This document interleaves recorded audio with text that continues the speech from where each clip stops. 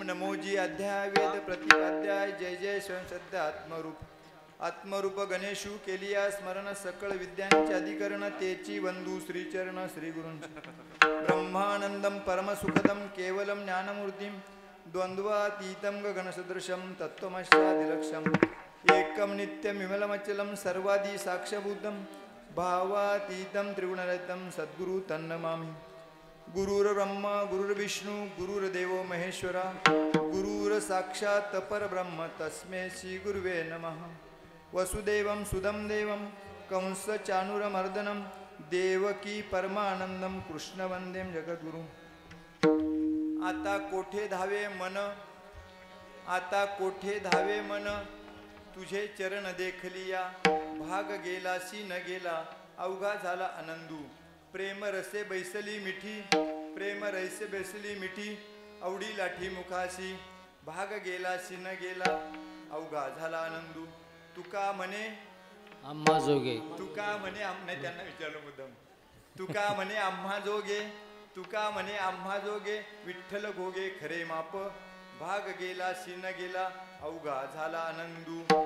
पांडुरंगा करू प्रथम नमन, पांडुरंगा करू प्रथम नमन, पांडुरंगा करू प्रथम नमन, दुसरे चरण संताजिया, दुसरे चरण संताजिया,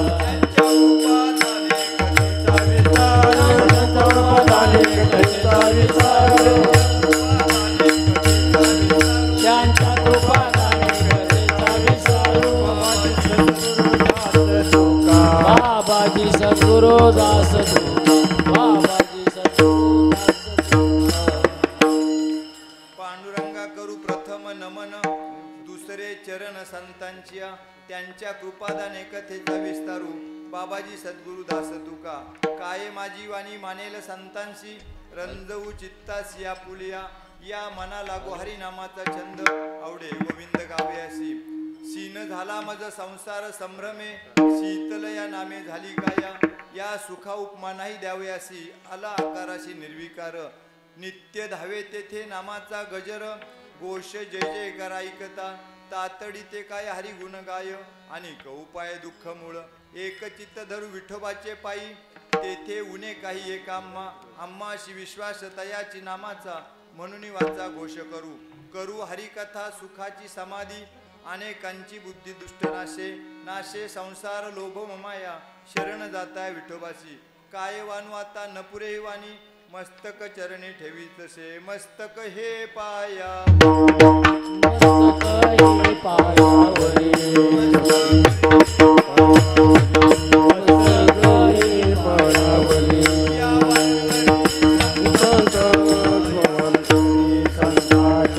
वारकरी संतांच्या, वारकरी संतांच्या, वारकरी संतांच्या,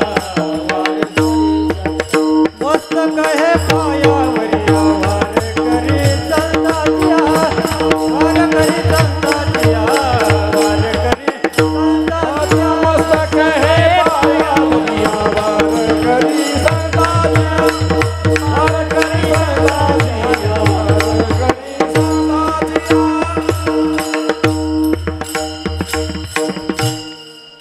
मस्तक हे पायावरी या वारकरी संतांच्या, प्रतिवर्षी पंढरपुरा जाईन महाद्वारा रे भेटी।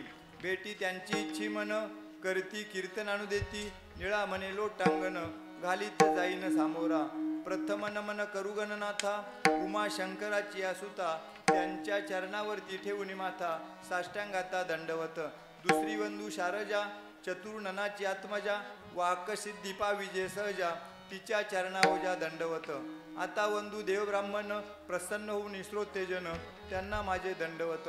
आता वंदू साधू सज्जन रात्रंदिन हरीचे भजन, विठ्ठल नाम उच्चारिती जन त्यांना माझे दंडवत। आता वंदू रंगभूमिका कीर्तन उभे होती लोका, टाळ मृदुंग श्रोते देखा त्यांना माझे दंडवत। ऐसे नमन करुणी सकळा हरिकथा बोले बोबड्या बोला, अज्ञानी म्हणून या फुल्या बाळा चालवी सकळा नामा म्हणे, चालवी सकळा नामा म्हणे, चालवी सकळा नामा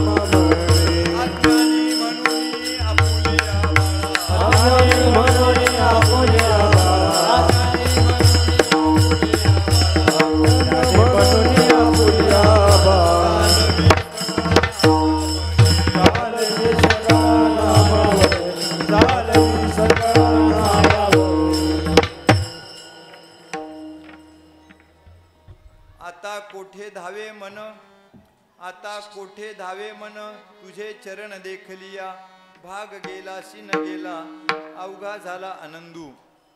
भाविको, प्रथमतः तुमच्या सर्व आयोजकांसाठी प्रथम मला अभिमान आहे का महाराष्ट्रामध्ये इतके कीर्तन करत आम्ही फिरतो, पण पहिल्यांदा पाहिलं का पंचपदी सुद्धा 9च्या अगोदर झाली होती. म्हणजे आता सर्वसाधारणपणे असा नियम आहे का बाबा आल्यानंतर चर्चा झाल्यानंतर मग पंचपदी, नंतर मग कीर्तन सुरू होतं. त्यामुळे माझी मानसिक स्थिती नव्हती का लगेच येऊन कीर्तनाला उभं राहील असं काही कल्पना नव्हती. पण महाराष्ट्रात पहिलं गाव तुमचं पाहिलं निमज, तर तिथं एक तर खरोखर गेले 10 दिवस कीर्तन चालू आहे. रात्री माझं कृष्ण जन्माचं कीर्तन होतं, सकाळी काल्याचं कीर्तन होतं, त्याच्या आदल्या दिवशी सप्ताह कंटिन्युअस चालू आहे. गेले 10 दिवस कंटिन्युअस सप्ते चालू आहेत. आणि इतक्या पुण्यावरून इथे आल्यानंतर मग तातडीनं पाहिलं का म्हटलं अजून अर्धा पाऊण तास वेळ असेल. त्या मानसिक स्थितीतच नव्हतो मी. इथे आल्यानंतर लगेच पाहिलं तर लगेच कीर्तनालाच उभं राहावं लागलं. त्यामुळे आमचे एका शाळेतले विद्यार्थी नसल्यामुळे जुळायला वेळ लागला. पण सांगायचं तात्पर्य का हे भूषणावं आहे. अशी प्रथा जी आहे ना प्रत्येक गावामध्ये पडली पाहिजे. आणि प्रत्येक कीर्तनकाराला सुद्धा कळलं पाहिजे का निमज गावात जर कीर्तनाला जायचं असेल तर अर्धा पाऊण तास अगोदर पोहोचलं पाहिजे, तरच ते कीर्तन शक्य नाही. म्हणजे आपलं जर कल्पना विलास का बाकी गावांमध्ये असं चालतंय आणि इथे असं चालत असेल असं जर गृहीत धरलं तर ते शक्य नाही. त्यामुळे विशेषतः मला अभिमान आहे का इथे वेळेवर कीर्तन सुरू झालं आणि तुमच्याच आदेशानुसार वेळेवर मी कीर्तन संपवणार, तशी काही चिंता करू नका. पण विशेषतः आजचा जो अभंग मी निवडलेला आहे, नंतर मी परिहाराकडे येतो. आपले जगद्गुरू तुकाराम महाराज ज्यांना आपण वारकरी संप्रदायाचे कळस म्हणतो, अशा तुकाराम महाराजांच्या तुमच्या सर्वांच्या पाठातला असलेला आणि अतिशय सोपा अभंग घेतलेला आहे. परंतु तो सोपा अभंग चिंतनाला घेत असताना का घेतला त्याच्या पाठीमागचे पार्श्वभूमी पण तुम्हाला सांगतो. वारकरी संप्रदायाचा जिथे सप्ताह असतो, जिथे परंपरेनुसार जो सप्ताह असतो, त्या परंपरेमध्ये विशेषतः आयोजकांना पण माझी विनंती राहील का त्या परंपरेमध्ये जिथे सप्ताह असतो तिथे कीर्तनाचा क्रम कसा असावा याचं देखील शास्त्र ठरलेलं आहे. पहिल्या दिवसाची सेवा ही नामपर असते, त्याच्यात अजिबात दुमत नाही. दुसऱ्या दिवसाची सेवा असेल ती तर संतपर अभंगावर चिंतन मांडायला पाहिजे कीर्तनकाराने. तिसऱ्या दिवसाची सेवा असेल तर उपदेशपर अभंगावरच मांडलं पाहिजे. आणि आजचा दिवस जो मला आलेला आहे तो आहे स्थितीपर अभंगावर चिंतन मांडलं पाहिजे. 5वा दिवस असेल तर अद्वैतपर अभंगावर चिंतन मांडलं पाहिजे. परवा माझा 5वा दिवसावर होत कीर्तन. आणि त्याचबरोबर 6वा दिवस असेल तर करुणापर अभंगावर कीर्तन किंवा चिंतन केलं पाहिजे. आणि 7वा दिवस असेल जो काल्याच्या आदल्या दिवस ज्याला आपण जागराचं कीर्तन म्हणतो, ते जागराचं कीर्तन हे मागणीपर अभंगावर केलं पाहिजे. का गेले 7 दिवस आम्ही जो हा नामयज्ञ केलेला आहे आणि हा नामयज्ञ करत असताना तुम्ही जे काही नामस्मरण केलं, आम्ही जसे काही कीर्तन केलं किंवा तुम्ही श्रवण भक्ती केली, या सर्वांचा परिपाठ म्हणून आपल्या सर्वांच्या वतीने कीर्तनकारांच्या मुखातून एका अभंगाद्वारे भगवंताकडे करत्या सृष्टीच्या रथचालकाकडे तुम्हाला एक मागणी करावी लागते. तो मागणीपर अभंगावर चिंतन करावं लागतं. आणि शेवटचा दिवस जो असतो तो काल्याचा दिवस असतो, तो स्वतंत्र दिवस आहे. त्यामध्ये आपल्या सर्वांना माहिती आहे का भगवान श्रीकृष्णाने जे 11.5 वर्ष 11 वर्ष जे काही गोकुळामध्ये घालवले, सवंगड्या सभेत असेल किंवा गोपिकांबरोबर असेल, त्या 11 वर्षावरच चिंतन तुम्हाला मांडावं लागते. त्यामुळे असा हा परिपाठ जोग महाराज संस्थेत पण दिलेला आहे आणि ग्रंथांमध्ये पण दिलेला आहे, वारकरी संप्रदायाचे कीर्तन कसे असावेत. त्यामुळे आजचा 4था दिवस जो आहे माझा हा स्थितीपर अभंगावर आहे. का स्थिती तुकाराम महाराज त्या अभंगातून तुमची स्थिती कशी बदलली किंवा त्यांचे स्वतःचा अनुभव सांगतात. अनुभव आपल्याला पण येत असतात, पण तुकोबरायांना भगवंताच्या बाबतीत आलेला अनुभव ह्या अभंगाद्वारे त्यांनी म्हटलंय का आता कोठे धावे मन. का देहूवरनं दर मजल करत, आता सारख्या गाड्या घोड्या काय नव्हत्या त्यावेळेस, पायी जावं लागायचं पंढरपूरला. आणि मजल करत ज्यावेळेस ते पंढरपूरला पोहोचले आणि पंढरपूरला ज्यावेळेस दर्शन रांगेतून पुढे गेल्यानंतर त्या राऊळामध्ये गरुड खांबाला वळसा घालून ज्यावेळेस ते भगवंताच्या तिथे गेले, त्यांनी भगवंताचं मुख पाहिलं नाही, भगवंताचं काय पाहिलं, त्यांनी चरण पाहिलं. आणि चरण पाहिल्यानंतर तुकोबारायांची मनाची स्थिती काय झाली त्याचं वर्णन त्याने केलं. आणि त्या स्थितीचा मग त्याचे परिणाम 2ऱ्या चरणामध्ये, 3ऱ्या चरणामध्ये, 4थ्या चरणामध्ये तुकोबारायांनी वर्णन केले. का पांडुरंगाचे चरण पाहिल्यानंतर तुकाराम महाराजांची मानसिक स्थिती कशी झाली. आपण सर्वजण पंढरपूरला जात असतो, आपल्या मानसिक स्थितीत काय बदल होतो. अभंग झाल्यानंतर, सोडवल्यानंतर, कीर्तन झाल्यावर तुम्ही स्वतः चिंतन केलं पाहिजे का आपण पंढरपूरला जातो, मग आपल्या मानसिक स्थितीत काय बदल झाला, काय बदल होतो. तुकोबारा यांच्या बाबतीतच असा का झाला तर त्याच्यावरती आपण वेगळं चिंतन मांडू. पण सर्वात महत्त्वाचा त्याचा मतिदार्थ असा आहे का तुकाराम महाराजांचे त्यांना पांडुरंगाचं दर्शन झाल्यानंतर, त्या पांडुरंगाच्या चरणावरती जे लीन झाल्यानंतर त्यांच्या मानसिक स्थितीत जो बदल झाला त्याचं वर्णन या अभंगात केलेलं आहे. ठल विठल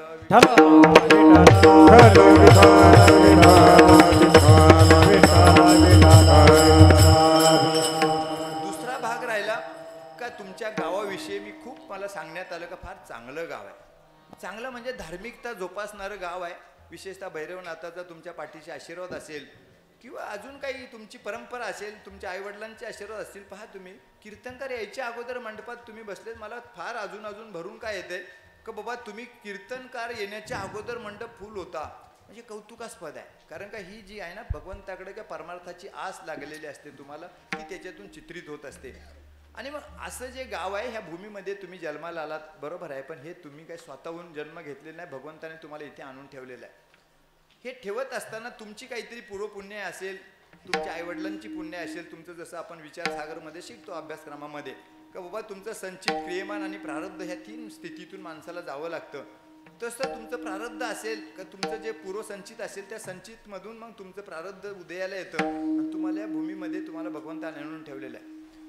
हे एवढं सहजासहजी सोपं नाही. आपण बऱ्याच वेळा म्हणत असतो का मनुष्य देह दुर्लभ आहे, दुर्लभ आहे, दुर्लभ आहे. अनेक ठिकाणी आपण कीर्तनातून पण ऐकत असतो. ऐकण्यासाठी ठीक आहे, पण खरोखर वस्तुस्थिती तुम्हाला सांगतो, मी फार आत्मस्तुती अजिबात करत नाही स्वतःची, परंतु 10 देश फिरून आल्यानंतर तिथल्या पाश्चात्य संस्कृतीचा अभ्यास केला. अभ्यास करण्याकरताच मी गेलो होतो. 10 देशामध्ये फिरून आल्यानंतर भारताच्या बाहेर मग कळलं मला का बाबा भारतीय संस्कृती असेल, विशेषतः आपली महाराष्ट्रातली संस्कृती असेल, हे सर्वात श्रेष्ठ संस्कृती आहे. आणि नुसती श्रेष्ठ नाही तर जन्माच्या अगोदर सुद्धा आपली संस्कृती काळजी घेते, जन्माच्या मृत्यूच्या नंतर देखील आपली काळजी घेत असते.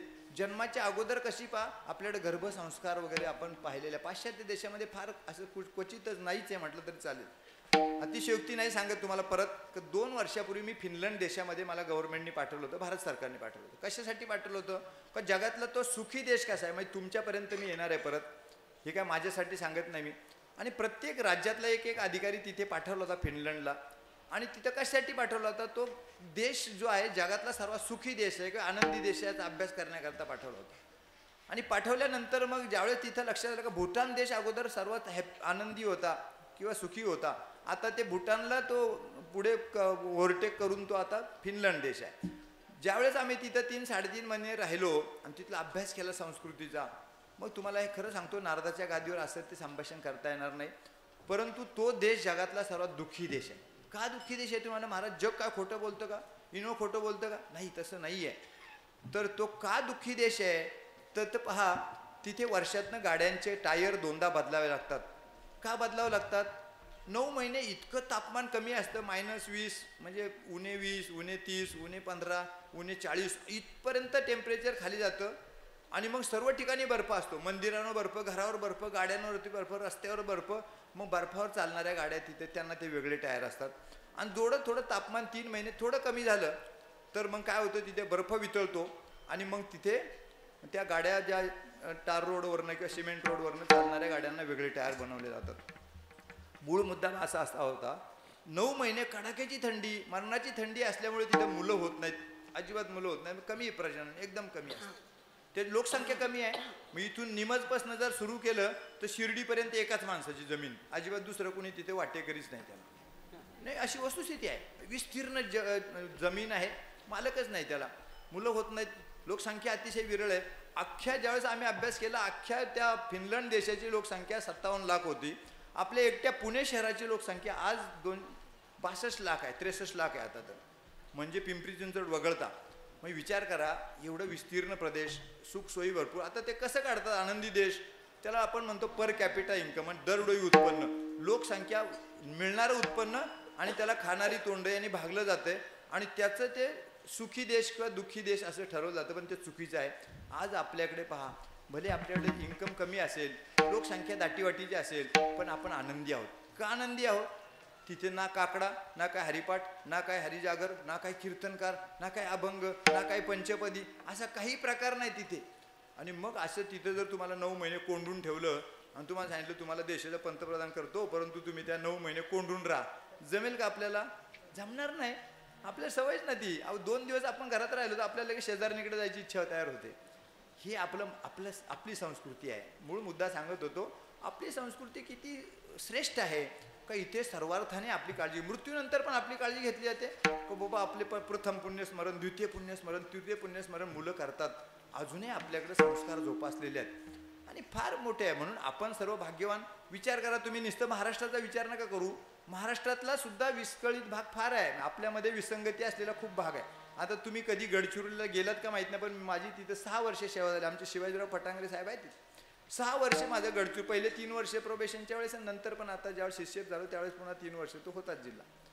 6 वर्ष तिथं राहिल्यानंतर मला कळलं का तिथे अजूनही कपडे घालत नाही. कपडे घालत नाही म्हणजे काय, लंगोटी लावली, एक पटकारा मारला का निघाला. कारण अख्खा प्रदेश हा आदिवासी आहे, संपूर्ण 71-72% भागावर जंगल आहे आणि त्यामुळे तिथं शेती हा प्रकारच नाही आपल्यासारखा. टोमॅटो पिको, डाळिंब पिको असा काही प्रकार नाही.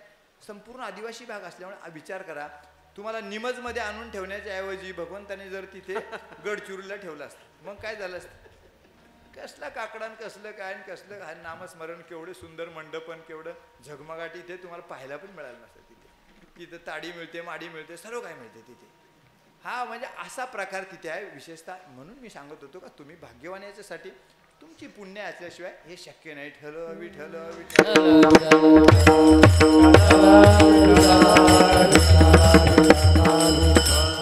चिंतनाकडे वळण्यापूर्वी हा जो हरिनाम सप्ताह आयोजित केलेला आहे, विशेषतः आमचे जे मित्र आहेत बाळासाहेब मटकर, त्यांचे सहकारी, वारीमध्ये माझे 7-8 कीर्तन झाले असते. आमचे एक हे पण आहे, रघुनाथ फाउंडेशन म्हणून संस्था आहे आमच्या, त्या ज्योतिताई वारुणकर ती चालवतात. त्या वारीमध्ये कीर्तन झाल्यानंतर वारीमधल्या ओळखी, सर्वसाधारणपणे एस टी स्टँडवरल्या ओळखी आपण काही लक्षात ठेवत नाही जास्त, परंतु वारीमधल्या ओळखी ह्या जिव्हाळ्याच्या ओळखी असतात. त्यांनी बरोबर मला फोन केला, महाराज तुम्हाला तारीख खाली आहे का. आता तारखा पण बघावं लागतात. महाराज होणं एवढं सोपं नाही, साहेब होणं फार सोपं आहे, महाराज होणं फार अवघड आहे. तुम्हाला माहीत नाही, दोन्ही बाजू मीच पाहिलेल्या आहेत. आणि त्यामुळे मी म्हटलं चालेल मला, कारण सकाळी आज विशेषतः आनंदाचा दिवस, काय सुट्टीचा दिवस आहे, म्हटलं मला जमू शकते, काय हरकत नाही. आणि त्यामुळे त्यांच्या माध्यमातून आमचे शिवाजीराव फटांगरे असतील अनेक ग्रामस्थांचे नंतर मला फोन आले का महाराज तुमचं सेवा आहे निमजमध्ये. हे सांगत असताना हरिनाम सप्ताह का आयोजित केलेला आहे, वर्गणी गोळा होते, एवढे रेडीमेड मंडप आहे म्हणून केला, तो अजिबात नाही. तुम्हाला सांगतो, ज्यावेळी 357 दिवस तुम्ही प्रपंच करत असता आणि दैनंदिन जीवन जगत असताना, प्रपंच करत असताना, प्रत्येकाला ती प्रपंच हा चुकलेला नाही. ज्याला मनुष्य देह प्राप्त झाला त्याला प्रपंच हा चालूच आहे. परंतु बऱ्याच वेळा मी सांगत असतो कीर्तनातून 2 गुणिले 2 बरोबर 4 असं कधी होत नसतं प्रपंचात.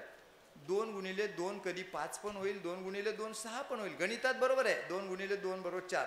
परंतु प्रपंच करत असताना कुणी हमका छातीवर हात ठेवून सांगू शकत नाही का 2 गुणिले 2 माझं 4 होईल, कधी 5 पण होईल, कधी 6 पण होईल आणि कधी 0 पण होईल.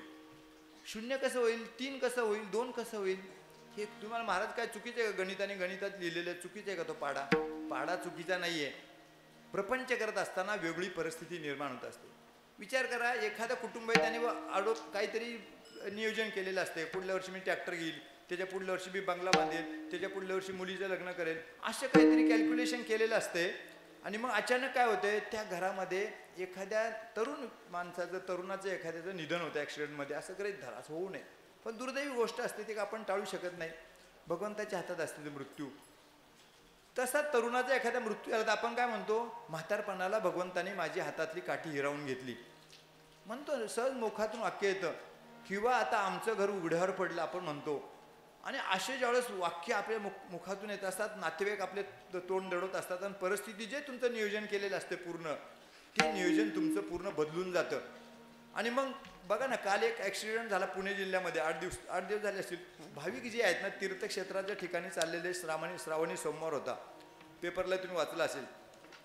पाईट म्हणून गाव आहे, कुंडेश्वर म्हणून देवस्थान आहे, त्या देवस्थानाला तिथं चालले होते आणि ती गाडी अशी चढतच नव्हती. तो टेम्पो होता, 45 महिला त्यामध्ये बसल्या होत्या, हरिपाठ वगैरे म्हणत चालल्या होत्या त्या. आणि ती टेम्पो असा चढतच नव्हता. टेम्पो चढत नव्हता म्हटल्यानंतर टेम्पो काय झालं, पाठीमागे यायला लागला, हळूहळू मागे यायला लागला. मागे आल्यानंतर तो त्या दरीत कोसळला आणि जवळपास 12-13 महिलांचा मृत्यू झाला त्यामध्ये, 22 महिलांचा.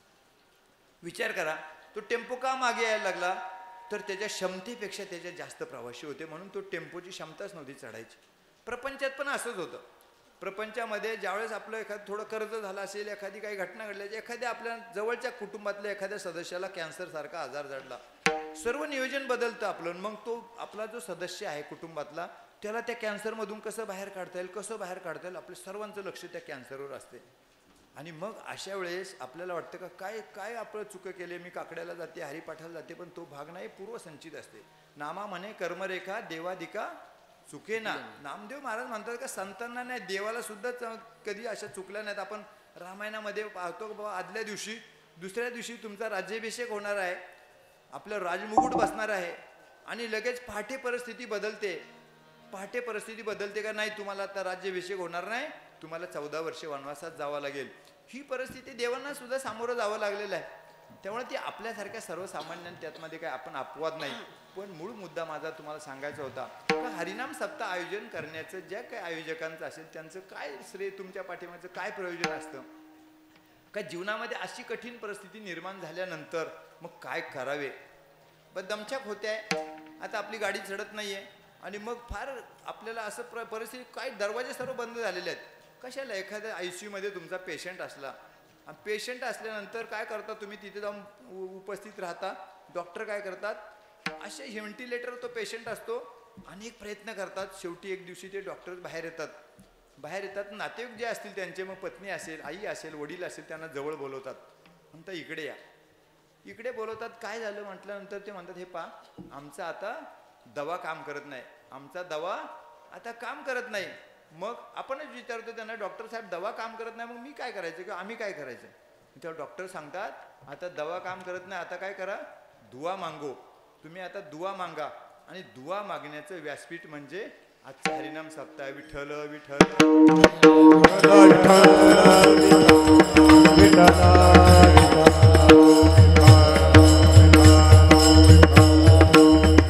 आता याचा अर्थ काय, कुटुंबात संकट आल्यानंतरच इथे यायचं का?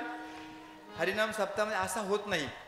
तर त्याला तुमचं पुण्य संचय सतत व्हावा. तुमच्या पुण्यामध्ये पुण्याचं अकाउंट कुणालाच काही सांगता आलं नाही. म्हणून तुकोबारायांचा सुद्धा सुंदर अभंग आहे की अशा प्रसंगाला काय करायला पाहिजे. म्हणून या शरण जावे, म्हणून या शरण जावे, म्हणून या शरण जावे, म्हणून या शरण जावे. सर्व भावे देवा उतरील पार, तुहा उतरील पार. म्हणून या शरण जावे, सर्व भावे देवासी, तुहा उतरील पार, तुहा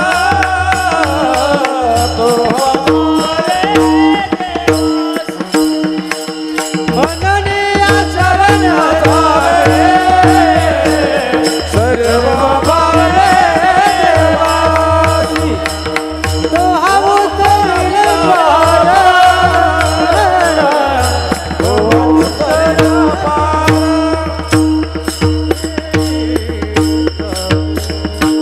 सुंदर उत्तर पत्रिका तुकोबाराय आपल्यासाठी देतात. पहा किती सुंदर. तुकोबारायांचा अभंग गाथा म्हणजे 4,500 अभंगाची गाथा जी आहे ती त्यांचं दैनंदिन जीवनातले अनुभव आहे. त्यांनी म्हटले म्हणून या शरण जावे, सर्व भावे देवासी. अशा देवाला तो शरण तुम्ही गेलात. सर्व भावे म्हणजे काय, शुद्ध भावाने. शुद्ध ज्याचा भाव झाला, शुद्ध ज्याचा भाव झाला, तुरी नाही देव झाला, तुरी नाही देव झाला, तुरी नाही देव झाला. शुद्ध ज्याचा भाव झाला, तुरी नाही देव झाला, तुरी नाही देव झाला, तुरी नाही देव झाला. शुद्ध ज्याचा भाव झाला, दुरी नाही देव त्याला. म्हणजे समर्पण भावनेने जर तुम्ही देवाला शरण गेलात, तुकोबाराय म्हणतात का मग तो देव काय करेल, तो हा उतरील पार भव दुस्तर नदीचा. म्हणजे जी तुमच्यावर कठीण परिस्थिती निर्माण झालेली आहे, ती निर्माण होऊन त्या कठीण परिस्थितीतून बाहेर पडण्यासाठी तुम्हाला तो मदत करेल. मदत म्हणजे काय, प्रत्यक्षात असा कट्ट्यावर हात ठेवून पांडुरंग येऊन तुम्हाला सांगेल का सांगा मी काय मदत करू, काय काम आहे का सांगा, असं होणार नाही. परंतु तो काय करेल, येनकेन प्रकारे कुणातरी त्रस्त माणसाच्या, त्रस्त व्यक्तीच्या कशाच्या तरी माध्यमातून तुमचं ते संकट निवारण्यासाठी तुम्हाला मदत करेल.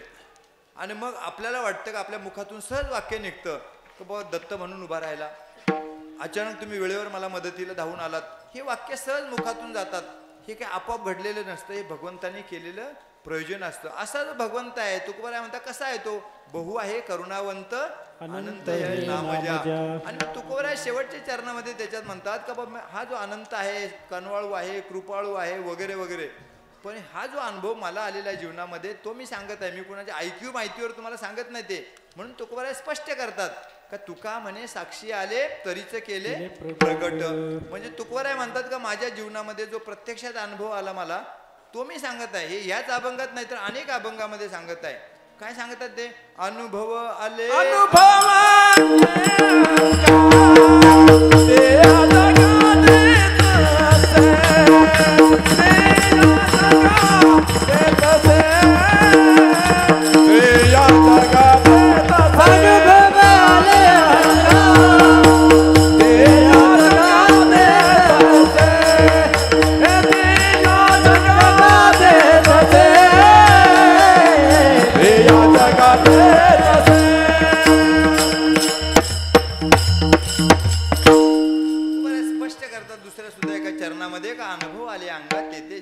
तसे. असे तुकोबाराय त्यांचा स्वतःचा अनुभव हे अभंगातून सांगत आहे. हे सांगत असताना त्यांनी मध्यबिंदू किंवा त्याचा केंद्रबिंदू काय घेतला अभंगाचा? अभंगाचा केंद्रबिंदू असा घेतला का तुकाराम महाराज म्हणतात मी ज्यावेळेस पंढरपूरला गेल्यानंतर पायी गेलो, तिथे त्या दर्शन मंडपात गेलो आणि गेल्यानंतर तिथं त्या राऊळामध्ये गेलो, भगवंताच्या चरणाकडे पाहिलो मी. आपण पण जात असतो, आपण कधी भगवंताचं चरण पाहिलं का स्पष्टपणे? सांगा. आपण काय करतो? त्या गरुड खांबाला वळसा घातला, आपण त्या भगवंताच्या मुखाकडे पाहत असतो. मुखाकडे त्याचं ते टोप पाहतो, त्याचे ते मकराकार कुंडले पाहतो आणि त्याचे ते कोणते आज कपडे घातले ते पाहतो वगैरे. आणि त्या मुखाचं दर्शन घेत असतानाच काय होतं, ते पोलीस आपल्याला पुढे ढकलून देतात. म्हणजे आपल्याला त्यांचं चरण पाहायचं राहूनच जातं ते. पण तुकोबाराय म्हणतात का तसं नाही, आपल्याला तो चरण पाहण्याचा प्रसंग झाला नाही. चरणावर काय स्पष्ट आहे? चरणावरती तुकाराम महाराजांनी काय केले बा? सुंदरते ध्यान आपण मगाशी पंचपदीमध्ये अभंग घेतला असा. हा सुंदरते ध्यानमध्ये संपूर्ण जर अभंग पाहिला तुम्ही तर त्याच्यामध्ये कुठेच चरण शब्द आले नाही. अख्ख्या अभंगामध्ये कुठे चरण शब्द आले नाही, कुठेच नाही आला. पण चरणासाठी हा वेगळा अभंग तुकोबारायांनी काय घेतला का? तुझे चरण देखली या. आणि मग ज्यावेळी तुकाराम महाराज चरण पाहिल्यानंतर जो माझा शिनभाग होता, भाग गेला शिन गेला अवघा झाला आनंदू. त्याच्यामध्ये मध्यवर्ती केंद्रबिंदू काय आहे का? आता कोठे धावे मन. मन हा त्याचा सर्व केंद्रबिंदू आहे. तुकोबारायांचं तुम्हाला सांगण्याचा सिद्धांत काय आहे पहा का? त्याच्यामध्ये मन हा केंद्रबिंदू आहे. केंद्रबिंदू कसा असेल तर सर्वच संतांनी त्याच्यावरती प्रकाश टाकलेला आहे का बाबा मन ज्याचं स्थिर आहे. इतकेच कशाला ज्ञानेश्वर महाराज जे आहेत ना, तुम्ही सांगितलं कीर्तनाला कसे बसावे किंवा प्रवचनाला कसे बसावे, रामकथेला कशी ऐकावी रामकथा, याचे सुद्धा ज्ञानेश्वर महाराजांनी सुंदर ओवी लिहिलेली आहे. तरी अवधान ऐकले दिजे मग सर्व सुखाशी पात्र होईजे, हे प्रतिज्ञोत्तर माझे उघड आहे. का जेवढा मोठा महात्मा का ज्यांचा आपण परवा 750वा जन्मोत्सव साजरा केला, कालच केला, परवा म्हणण्यापेक्षा कालच केला, अशा महात्म्याने स्पष्ट तुम्हाला सांगितले. स्टॅम्प पेपरवर मी लिहून देतो, प्रतिज्ञा पत्रावर लिहून देतो. बा एवढा मोठा महात्मा तुमच्यासाठी म्हणतो मी स्टॅम्प पेपरवर लिहून देतो. जसं आपण स्टॅम्प पेपर खरेदी करतो ते जमिनीच्या विक्रीचे व्यवहार करत असतो, खरेदी विक्रीचे, तर ती प्रॉपर्टी विकत असताना ज्ञानेश्वर महाराज आपल्यासाठी म्हणतात मी तुम्हाला स्टॅम्प पेपरवर लिहून देतो. काय लिहून देतो? तरी अवधान ऐकले दिजे मग सर्व सुखाशी पात्र होईजे, हे प्रतिज्ञोत्तर माझे. प्रतिज्ञापूर्वक मी तुम्हाला सांगत आहे. काय सांगत आहे? तुम्ही जर कीर्तनाला बसलात तर तुम्ही कान डोळे हात पाय सर्व एकत्रित करून तुम्ही एक कीर्तनाला बसा. इव्हन आमच्या जनाबाई ज्या आहेत तुमच्या प्रतिनिधी, महिला प्रतिनिधी संत त्या काय सांगतात? व्हावे कथेशी सादर मन करोनी स्थिर. आणि तुकाराम महाराजांचा प्रसिद्ध अभंग आपल्या सर्वांचा मुखोद्गत आहे, मन करारे प्रसन्न सर्व सिद्धीचे कारण मोक्ष अथवा चित्त शुद्ध करोनी भजनी बजावे, चित्त शुद्ध करोनी भजनी बजावे, चित्त शुद्ध करोनी भजनी बजावे, चित्त शुद्ध करोनी भजनी अनिकांचे नाटवे दोष गुण, अनिकांचे नाटवे दोष गुण, चित्त शुद्ध करोनी भजनी बजावे, चित्त शुद्ध करोनी भजनी बजावे, चित्त शुद्ध करोनी भजनी बजावे, चित्त शुद्ध करोनी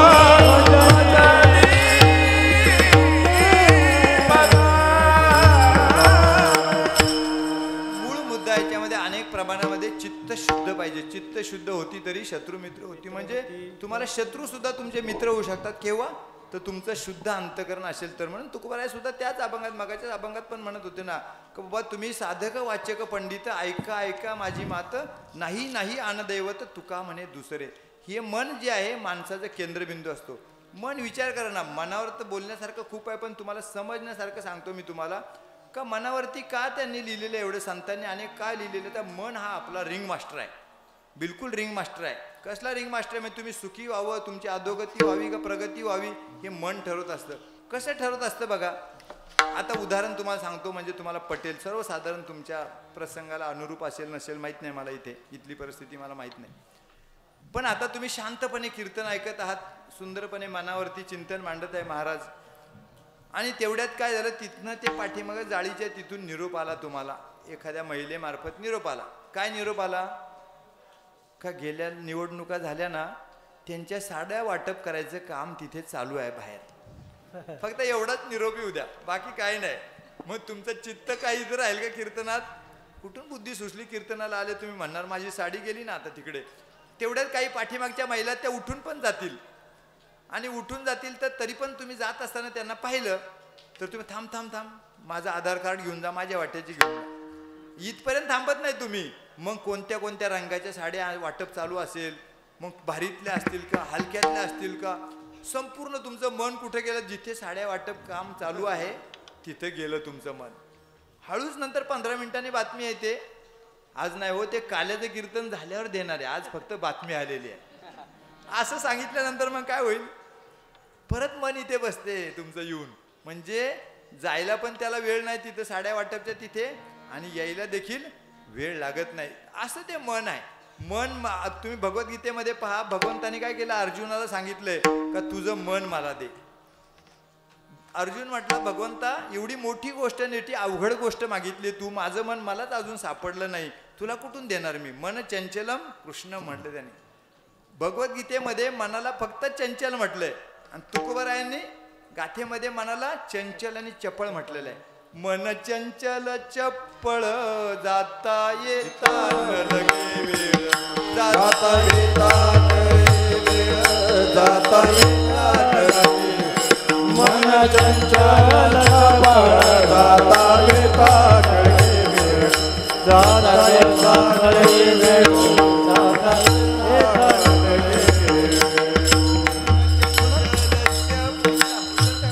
मना चंचल चपळ, मना चपळ, मना चंचल चपळ, मना चंचल चपळ, मना चंचल चपळ, जाता येता गळे मन, जाता येता गळे मन, मन चंचल चपळ, जाता येता गळे मन, जाता येता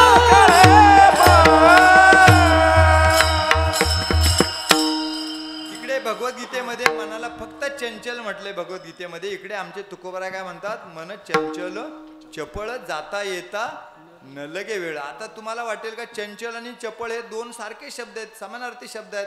तसं नाही, व्याकरण दृष्ट्या ते वेगळेच आहेत. आपल्याला दिसायला ते समानार्थी दिसतात. मन चंचल चपळ. आता चंचल आणि चपळ मधला फरक कसा आहे मी तुम्हाला थोडक्यात सांगतो आता, म्हणजे तुम्हाला पटेल. तुमच्यातलाच एखादा दृष्टांत द्यायला पाहिजे. दृष्टांत असा देतो तुम्हाला का, लग्न होतात मुलांचे उन्हाळ्याच्या सीझनमध्ये, लग्नाच्या सीझनमध्ये. तुमच्या गावामध्ये पण 2-3 लग्न झाले वस्तीवरती, असं लक्षात ठेवा. आणि मग एक दिवशी काय आलं, 2-3 महिने जातात लग्नानंतर मुलाच्या, आणि तेवढ्यात ती शेजारीन बाई बोलत बोलत बोलत दरवाज्यावर येते तुमच्या. काय चालू आहे ठके, काय चालू आहे म्हटल्यानंतर ते मध्ये, ये ना ये बस, 4 वाजले, तुला चहा देते. याला पण बरं वाटते, जरा बसतात, चहा ठेवतात, दोघी जणी गप्पा मारत बसतात. ते म्हणे पोराचं लग्न झालं नाही या सीझनमध्ये? हो म्हणे, सर्व गावाला माहिती आहे म्हणे, तुला नाही माहिती? नाही, सहज विचारलं आपलं म्हणे. मग कशी काय सुनबाई म्हणते, कशी काय सुनबाई? चहा तिचाच प्यायचा आणि तिच्याकडूनच माहिती काढायची. कशी काय सुनबाई? ते म्हणे काय नाही, काय सांगायचं म्हणे, फार चपळ आहे, फार चपळ आहे. चपळ म्हणजे काय करते म्हणे ती? सारखी माहेरा पडती का? नाही नाही, चपळ म्हणजे काय करते? अहो म्हणे, कुठलंही काम सांगितलं, पाहुणे आले, चहा ठेव, पटकन चहा ठेवणार, कप बशा वगैरे पुन्हा लावून ठेवणार, पुन्हा पेपर वाचायला बसणार. पुन्हा भाजी निवडायला सांगितली, ती भाजी निवडून सांगणार, डेट बीट लगेच स्वच्छ करून ती मला माझ्या हाताला किंवा माझ्या वाट्याला काही कामच शिल्लक ठेवत नाही, फार चपळ आहे. तिथून उठते ती म्हातारी, त्या तिसरीच्या ठिकाणी जाते आणि तिथे पण परत बसते. चहा घेणार कधी सांगायचं का चहा आत्ताच घेतला? नाही नाही चालेल म्हणे, चालेल. म्हणजे दोनदा सुद्धा चहा मिळाला फुकटचा तरी चालतो आपल्याला. नाही, माणसाची प्रवृत्ती असते ना, ती पण तिथं बसली चहा पीत. काय का म्हणे, तुझ्या पोराचं सुद्धा लग्न झालं ना त्या ठकीच्या बरोबर? हो म्हणे, माझ्या मुलाचं पण झालं. कशी काय सुनबाई? आता काय करायचं तुला, सुनबाई कशी असते? ती लगेच, तिला संधीच पाहिजे होती बोलायला. काय नाही म्हणे, फार चंचल आहे. चंचल आहे? चंचल म्हणजे काय करते? धड एक काम नीट करत नाही म्हणे. एक सुरू केलं का ते हात सोडून देते, परत दुसरं काम घेते, परत तिसरं काम घेते. म्हणजे एक काम पूर्ण करत नाही. कालपासून भाजी निवडली म्हणजे देठ अजून तसेच पडले माझ्या वाट्याला म्हणे. म्हणजे असा प्रकार असतो, त्याला काय म्हणतो आपण? चंचल आहे. मन कसं आहे? तुकाराम महाराजांचं मन चंचल आणि चपळ आहे.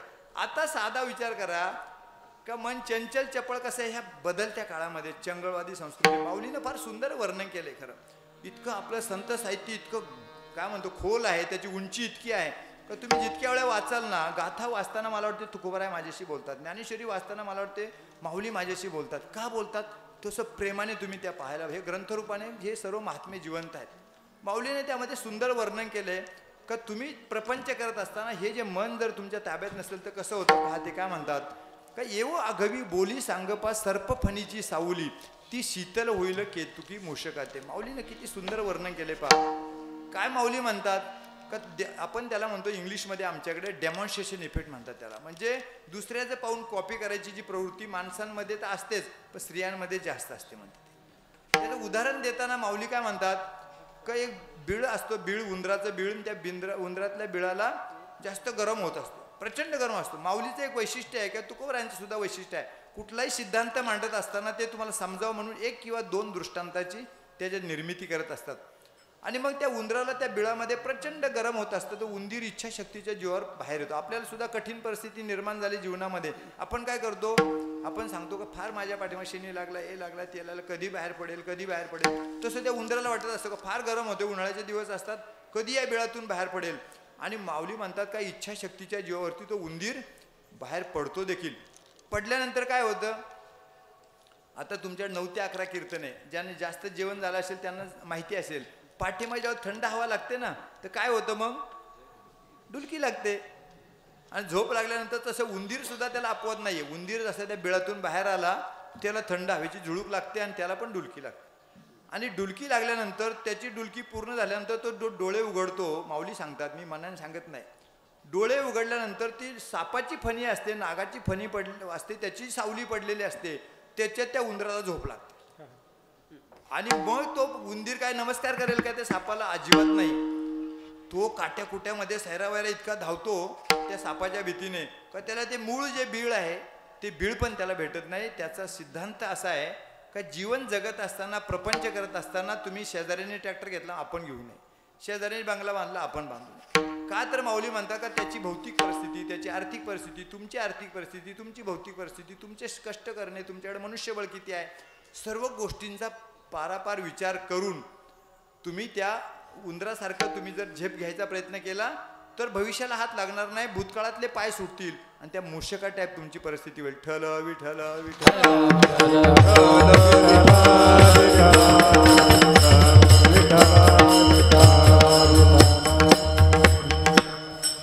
हा दृष्टांत माऊलीचा थोडा अवघड वाटला असेल तुम्हाला, म्हणून एखादा सोपा दृष्टांत मी शोधतो तुमच्यासाठी. काय सोपा दृष्टांत, महिलांची उपस्थिती जास्त आहे आज, महिलांवरच आपण बोलू थोडं, का जेणेकरून मला श्रोता वर्ग महिलाच जास्त दिसत आहे, पुरुष वर्ग आमचे मायनॉरिटीत आहे आज. तुमच्याकडे हळदी कुंकू असतं, बरोबर आहे ना, आपलं मनावर चाललंय बरं का. मूळ मुद्दा मी मुद्दा सोडून कधी सांगणार, मला चाकोरीच्या बाहेर कधी कीर्तन करत नाही, एक प्रमाणांशिवाय, दृष्टांताशिवाय, कारण मला राजकारणावर बोलता येत नाही, कारण मी सरकारी नोकरीत आहे. दुसरा त्याच्यामध्ये कसं आहे का तुमच्याकडे हळदी कुंकू करतात. हळदी कुंकू करत असताना काय होतं, एक दिवशी घरातली महिला म्हणते तुम्ही जाऊ नका, आता आज बाहेर कुठेतरी रिटायर झाले म्हणून नुसतं भटकत नका बसू, आज मला काय करा, हळदी कुंकूला जायचे, तिथं सोडा 1 वाजता आणि बरंच 4 वाजता मला न्यायला या. आता रिटायर झाल्यामुळे नाही म्हणायचा काही प्रश्नच येत नव्हता ना. ते म्हणले चालेल. मग ते बरोबर 1 वाजता म्हणे जेवणार मी तिथेच आहे, जेवण आहे मैत्रिणीकडे, तुमच्यासाठी 2 पोळ्या करून ठेवल्या, त्या खा, बरोबर तुम्ही मला पुन्हा 4 वाजता न्यायला. बिचारे स्कूटर काढतात, तिथे जातात, 1 वाजता सोडतात त्याच्या पत्नीला, परत येऊन डुलका घेतात, बरोबर 3:45ला तिथे आणायला जातात तिला. आणायला गेल्यानंतर काय होतं, ती महिला येते हळदी कुंकावरनं, ते स्कूटरवर बसते आणि ती स्कूटर निघते जायला घराकडे. घराकडे जात असताना मध्ये एक सिग्नल लागतो, नेमका सिग्नल असा लाल असतो. लालचा तो मग वाट पाहतो, सिग्नलला थांबल्यानंतर गाडीवर लालचा नारंगी कधी होईल, नारंगीचा हिरवा कधी होईल. आणि मग असा वाट पाहत असताना तेवढ्यात काय होतं, एक हिरो होंडा येते आणि ती त्याच्या शेजारी उभी राहते. मग हिरो होंडा तिथे शेजारी उभी राहिल्यानंतर मग तो हिरो होंडावरचा जो मालक असतो त्या पत्नीचा, त्याच्यावर पण जोडपं असतं ना, तो पण सिग्नलकडे पाहत असतो. ते लाल सिग्नलचा नारंगी कधी होईल, नारंगीचा पुन्हा तो हिरवा कधी होईल. ते दोघेजण बिचारे आपल्या त्या सिग्नलकडे पाहत असतात. आणि सिग्नलकडे पाहत असताना त्या दोन महिला पाठीमाग बसलेल्या असतात. त्या सिग्नलकडे पाहतात का दोघी जणी? नाही पाहत. कुठे पाहतात? एकमेकाची साडीचं निरीक्षण करतात. हो बिलकुल. बघा ना, तुमचा स्वतःचा अनुभव बघा ना. 2-3 गाड्या जर शेजारी आल्या सिग्नलला, तुम्ही काय करता? त्या साडीचं निरीक्षण करता. तसे त्या दोन महिला ज्या आहे ना, दोन महिला त्या साड्यांचं निरीक्षण करत असतात. आणि मग तेवढ्यात सिग्नल सुटतो. स्कूटर एका दिशेला जाते, हिरो होंडा एका दिशेला जाते. स्कूटरवाला तिथं पार्किंगला खाली लावतात गाडी. पहिल्या मजल्यावर त्यांचा फ्लॅट असतो, तिथे जातात. थांबा म्हणे, चहा ठेवते तुमच्याकरता, जाऊ नका आता. त्याला वाटलं बरं झालं, न सांगता चहा मिळतोय 4 वाजता. चहा त्याने ठेवला. 2 कप त्या डायनिंग टेबलवर आणले. ते 2 कप पित असताना, घोट घेत असताना अर्धा कप चहा संपला. तेवढ्यात ती म्हणते, का हो म्हणे, 37 वर्ष आले माझ्या लग्नाला किंवा आपल्या लग्नाला, ते मोरपंखी रंगाची साडी माझ्याकडे नाही आहे. त्याला वाटतं का 37 वर्षात हा मोरपंखी रंगाचा उच्चार हिच्याकडून कधी झाला नाही. अचानक कुठून हिच्या मुखातून आला, त्याला माहीत नसतं. ते सिग्नलला पाठीमध्ये त्याचा उगम झालेला असतो. ठल विठल विठल.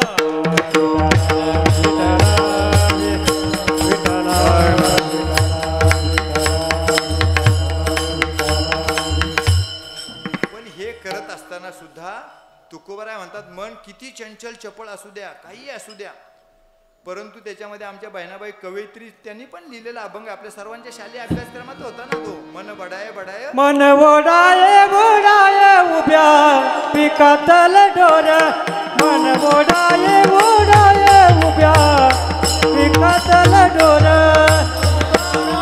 ओढाये उभ्या पिकातल ढोर, मन ओढाये ओढाये उभ्या पिकातल ढोर.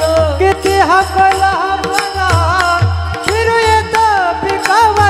मन ओढाये ओढाये उभ्या पिकातल ढोर, मन ओढाये ओढाये पिकातल ढोर.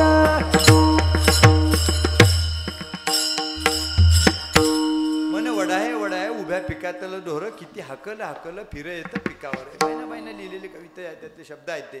परंतु मूळ मुद्दा का त्यांचं तुकाराम महाराजांचं म्हणणं होतं, असं जरी मन असलं तरी, माऊली पण सांगतात ज्ञानेश्वरीमध्ये, माऊली सांगतात तो आपण लागलं तर नंतर त्याचं चिंतन मांडू, परंतु तुकोबाराय मानतात हे मन किती जरी चंपल असेल, चचळ असेल, काय जे असेल ते, परंतु ते देखील स्थिर करण्याची शक्ती एका अद्भुत शक्तीकडे आहे. तुमचं मन सुद्धा स्थिर कुठे होतं? अभंगाचं पहिलं चरण. आता कोठे ताबे मन, आता कोठे ताबे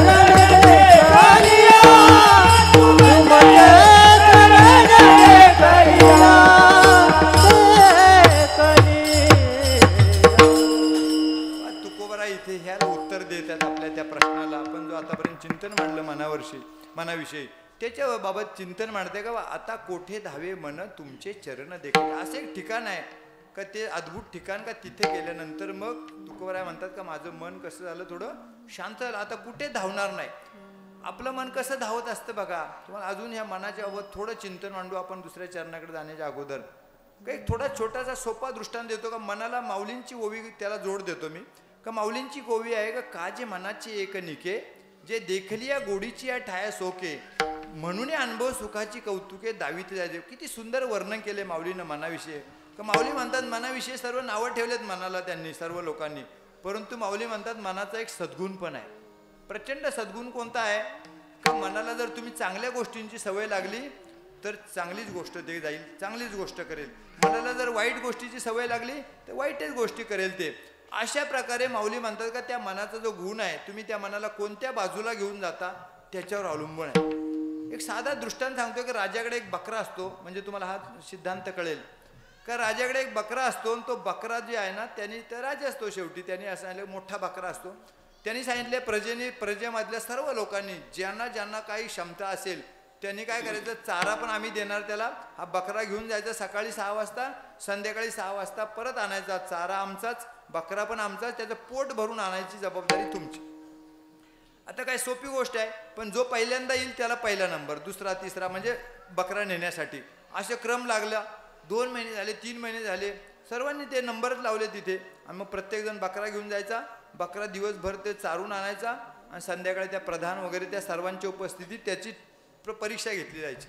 काय परीक्षा घ्यायची जायची असा एक चारा जो आहे तो चारा त्या बकऱ्यासमोर धरायचा. तो प्रधान बकऱ्याने खाल्ला तर समजायचं बकऱ्याचं पोट भरलं नाही आणि बकऱ्याने नाही खाल्ला तर मग बकऱ्याचं पोट भरलेलं आहे. दररोज असं व्हायचं. संध्याकाळी तो चारा त्या बकऱ्याच्या समोर धरला तर काय व्हायचं ते बकरा थोडा तरी त्याचा चारा खायचा. कारण तो बकऱ्याचा काय आहे सद्गुण आहे तो का ते किती जरी पोट भरलं तरी त्याच्या समोर चारा दिला का ते लगेच खाते ते.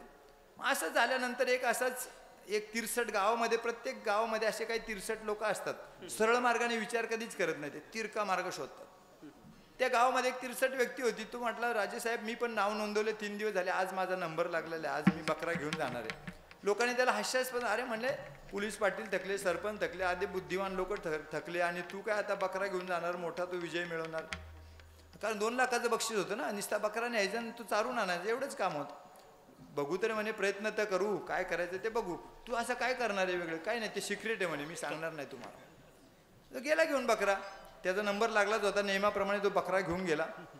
काय करावं त्याने ते बकऱ्याला इतका चारा गडगंज चारा तिथे होता. शेतात सर्व चारा होता पण त्यांनी बकऱ्याला काय केलं काहीच केलं नाही. दिवसभर त्याला चाराच दिला नाही. चारा नाही दिला मग नुसताच बसून ठेवला का मग तो संध्याकाळी पटपट खाल्ला. त्यांनी काय करायचं चारा धरायचा त्याच्या पुढे धरला तो बकरा खायला आला काही थोबाडीत मारायचा. पुन्हा इकडनं धरला तर पुन्हा इकडनं थोबाडीत आणि पुन्हा धरला पुन्हा असं दिवसभर त्यांनी त्याला इकडून एक थोबाडीत तिकडून एक थोबाडीत इकडून एक थोबाडीत फक्त चारा धरायचा. त्याने खायला सुरुवात केली का एक मारायचा. त्याला 6 वाजले तो संध्याकाळी घेऊन आला. म्हणलं आणलं का भरून बघा साहेब राजेसाहेब पूर्ण पोट भरून आणलं बकऱ्याचं तुमच्या. अजिबात त्याला म्हणजे पूर्ण दिवसभर मी दुसरं काहीच काम केलं नाही. पूर्ण वेळ त्याला चारतच होतो. ते गेलं बा त्याचे प्रधान आले सर्व आले मंत्रिमंडळ आलं त्याचं ते आल्यानंतर त्यांनी तो चारा आणला. चारा धरला बकऱ्यासमोर. बकरा कुठे खातो चारा हो चारा खायला गेलं तर त्याला माहिती का थोबाडीत मिळणार आहे. हा म्हणजे हे काय मनाची भीती आहे त्याच्या मनात अशी अनाहूतपर्यंत भीती होती का जर चारा खाल्ला का बाबा थोबाडीत बसणार. इकडे चारा धरला राजेसाहेब इकडून धरून बघा ना म्हणायचे. ते प्रधान म्हणायचे इकडे धरून बघा. तिकडे धरला तर तिकडे तो तोंडच कुठे वळवतो अजिबात वळवायलाच तयार नव्हतं त्याला. म्हणजे सांगायचं तात्पर्य का मनाला तुम्ही जर चांगल्या गोष्टीची सवय लागली तर चांगलीकडे धावते. वाईट गोष्टी बघा ना तुम्ही साधी गोष्ट आहे तुम्ही इथे का हरिनामाला आला कारण तुमच्या मनाला चांगल्या गोष्टीची सवय लागलेली आहे. निमतची लोकसंख्या एवढीच आहे का फक्त नाहीये पण तुम्हीच काय इथे आले तर तुमच्या मनाला तशी चांगल्या गोष्टीची सवय लागली. माऊली तोच म्हणतात त्या ओळीमध्ये का जे मनाचे एक निके देखील या गोडीची या ठाया सोके म्हणून अनुभव सुखाची कौतुके दावीत जायचे. ठल विठल विठल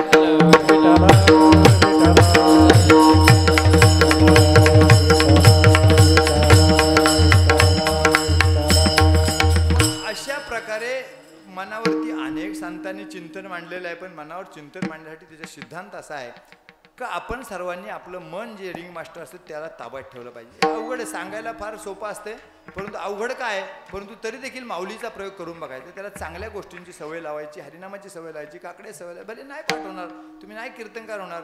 आम्ही एक संस्था स्थापन केली आहे आता, माहिती आहे का, मी प्रचार करत नाही पण त्याच्यामध्ये ऑनलाईन शिक्षण देतो आम्ही. का बाबा गडचिरोलीसारख्या महात्म्याला सुद्धा कळलं पाहिजे जोग महाराज संस्थेमध्ये कुठल्या प्रकारचं शिक्षण दिलं जातं, वारकरी संप्रदाय काय आहे, अनेक प्रकारचं तिथं शिक्षण दिलं जातं. तुम्ही संध्याकाळी फक्त 9 ते 10 त्याचा वर्ग असतो आणि त्यामुळे तुम्ही त्याच्याशी कनेक्ट होऊ शकता. शिकवणाऱ्याला म्हणजे काय पगार नाही, शिकणाऱ्याला फी नाही, विनामूल्य सेवा आहे ती. पण फक्त दररोज 9 ते 10 तुमचा ऑनलाईन क्लास असतो, तेवढं तुम्ही ऐकलं का झालं. आमच्या ते ज्योतिताईंनी पण त्यांचं एक फाउंडेशन आहे, रघुनाथ फाउंडेशन, त्याच्यामार्फत पण त्यांनी ते चालू केलेलं आहे. सांगण्याचं तात्पर्य का, मनाला चांगल्या गोष्टी जर सवय लावली तर तुम्हाला त्या बरोबर लागतात. आणि तुकोबारायांचा तोच अनुभव माझ्या मनाला गो छंद, माझ्या मनाला गो छंद, माझ्या मनाला गो छंद, छंद माझ्या मनाला गो छंद. ना गोविंद गोविंद, मना गोविंद गोविंद, माझ्या मनाला गो छंद, छंद माझ्या मनाला गो छंद, माझ्या गोविंद गोविंद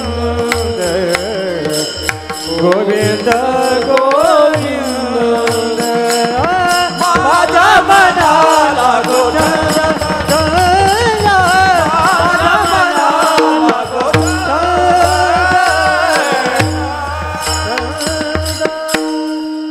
माझ्या मनाला गो छंद. चांगल्या गोष्टींचा छंद तुमच्या मनाला लागला पाहिजे, अशा प्रकारचा सिद्धांत आहे. पण त्याची फलश्रुती काय होते, तुकोबाराय म्हणतात का इथेच नाही, फक्त तुम्हाला चांगला छंद लागला तर तेवढ्याच पुरता फायदा नाही, तर काय फायदा होतो अभंगाच्या दुसऱ्याच्या. बाग गेला सीन गेला, बाग गेला सीन गेला, बाग गेला सीन गेला, बाग गेला सीन गेला, बाग गेला सीन गेला, बाग गेला सीन गेला, बाग गेला सीन गेला, बाग गेला सीन गेला, बाग गेला सीन गेला, बाग गेला सीन गेला, बाग गेला सीन गेला, बाग गेला सीन गेला, बाग गेला सीन गेला, बाग गेला सीन गेला, बाग गेला सीन गेला, बाग गेला सीन गेला, बाग गेला सीन गेला, अवघा झाला नंदू, अवघा झाला नंदू, अवघा झाला नंदू, बाग गेला सीन गेला, बाग गेला सीन गेला, बाग गेला सीन गेला, बाग गेला सीन गेला, बाग गेला सीन गेला, अवघा झाला अवघा झाला सियांदू, अवघा झाला सियांदू, बाग गेला सीन गेला, बाग गेला सीन गेला, बाग गेला सीन गेला, बाग गेला सीन गेला, सीन गेला, सीन गेला. फार सुंदर त्यांनी दुसरं प्रमाण घेतलं का, भाग गेला शिन गेला अवघा झाला आनंदू. पण त्याच्या पहिल्या चरणाची दुसऱ्या चरणाबरोबर कशी सांगड घातलेली आहे, तिथे तुकोबाराय म्हणतात का बाबा आता कोठे दावे मन तुमचे का तुझे चरण देखली या. चरणच का म्हटलं त्यांनी, तुकाराम महाराजांची जी 4,500 अभंगाची जी गाथा आहे तिथं पाहिलं असेल तुम्ही. या 4,500 अभंगापैकी पहिला अभंग कोणता आहे, समचरण दृष्टी विटेवरी सादरी तेथे हरी माझी वृत्ती राहो. किंवा एकनाथ महाराजांचा पण अभंग आहे ना, कैसी समचरणीची शोभा कैसी समचरणीची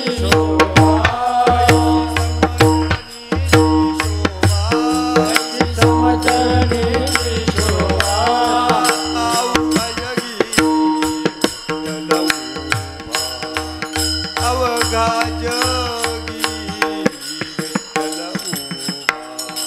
अवघा जगी विठ्ठल उभा. अवघा जगी विठ्ठल उभा. येणे विठ्ठल लाविले पिसे. येणे विठ्ठल लाविले पिसे. येणे विठ्ठल लाविले पिसे.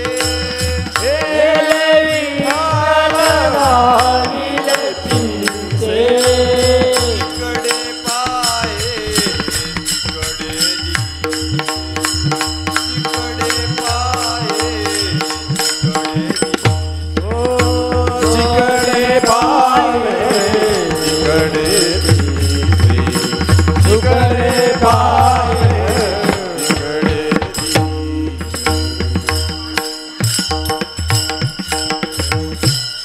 इकडे नाथांचा सुद्धा अनुभव तोच आहे का बा. नाथ महाराज म्हणतात का बा कैसी समचरणींची शोभा अवघा जगी विठ्ठल उभा. जिकडे पाहावे तिकडे मला ते नाथांचा सुद्धा दृष्टिकोन तोच आहे. इकडे तुकाराम महाराज म्हणतात समचरण दृष्टी विटेवरी साजरी. म्हणजे अशा प्रकारे बाबा प्रत्येक संत महात्म्यांना तोच अनुभव आलाय आणि तोच अनुभव तुकोबरायांना आला. तुकोबराय म्हणतात का भाग गेला शीन गेला अवघा झाला आनंद. बरेच वेळा आपण म्हणतो शीन भाग झालेला आहे, फार त्रास झालेला आहे, इकडं काय करू, बाम लाव आयोडेक्स लाव, काहीतरी करत असतो आपण. हे ॲलोपॅथीचे उपचार करण्यापेक्षा तुकोबराय स्वतःचा अनुभव सांगतात का एकदा जर तुम्हाला विठ्ठल नामाची की विठ्ठल चिंतनाची किंवा त्यांचे चरण तुम्हाला पाहायचं, तुम्ही दर्शन घेण्याची एकदा तुम्हाला सवय लागली तुमच्या मनाला का तो काय होईल, तुमचा भाग गेला शीन गेला अवघा झाला आनंदू. आनंद कसा होईल, आनंद व्यक्ती सापेक्ष असतो. मग हे प्रतिकात्मक आहे. फक्त तुम्ही दर्शन घेतलं त्याच्या पुरता नाही तर याच्या पाठीमागं परमार्थाची जी तुमची बैठक आहे ती अधिक अधिक पक्की होत जाते. कशी पक्की होत जाते बघा, तुम्हाला सांगतो आता. का तुम्ही मुलं असतात, आपण मुलांचा सांभाळ करतो, पण परमार्थाची बैठक पक्की झाल्यावर काय होतं पहा. परमार्थामध्ये काय सांगितलंय, व पुत्राचे अपराध जरी झाले अगाध पितास आहे निर्द्वंद तोशी जैसा दोषी. माऊली पण सांगतात, तुकोबराय पण सांगतात का मुलांवरती काय करा. त्यांनी म्हटलंय पुत्राचे अपराध. पुत्राचे अपराध म्हणजे मुलांचे आणि वडिलांचे जे भांडण होतं घरामध्ये त्याच्याविषयीचं निरीक्षण त्यावेळेस पण होत असतील, वाद होत असतील, आताही होतात.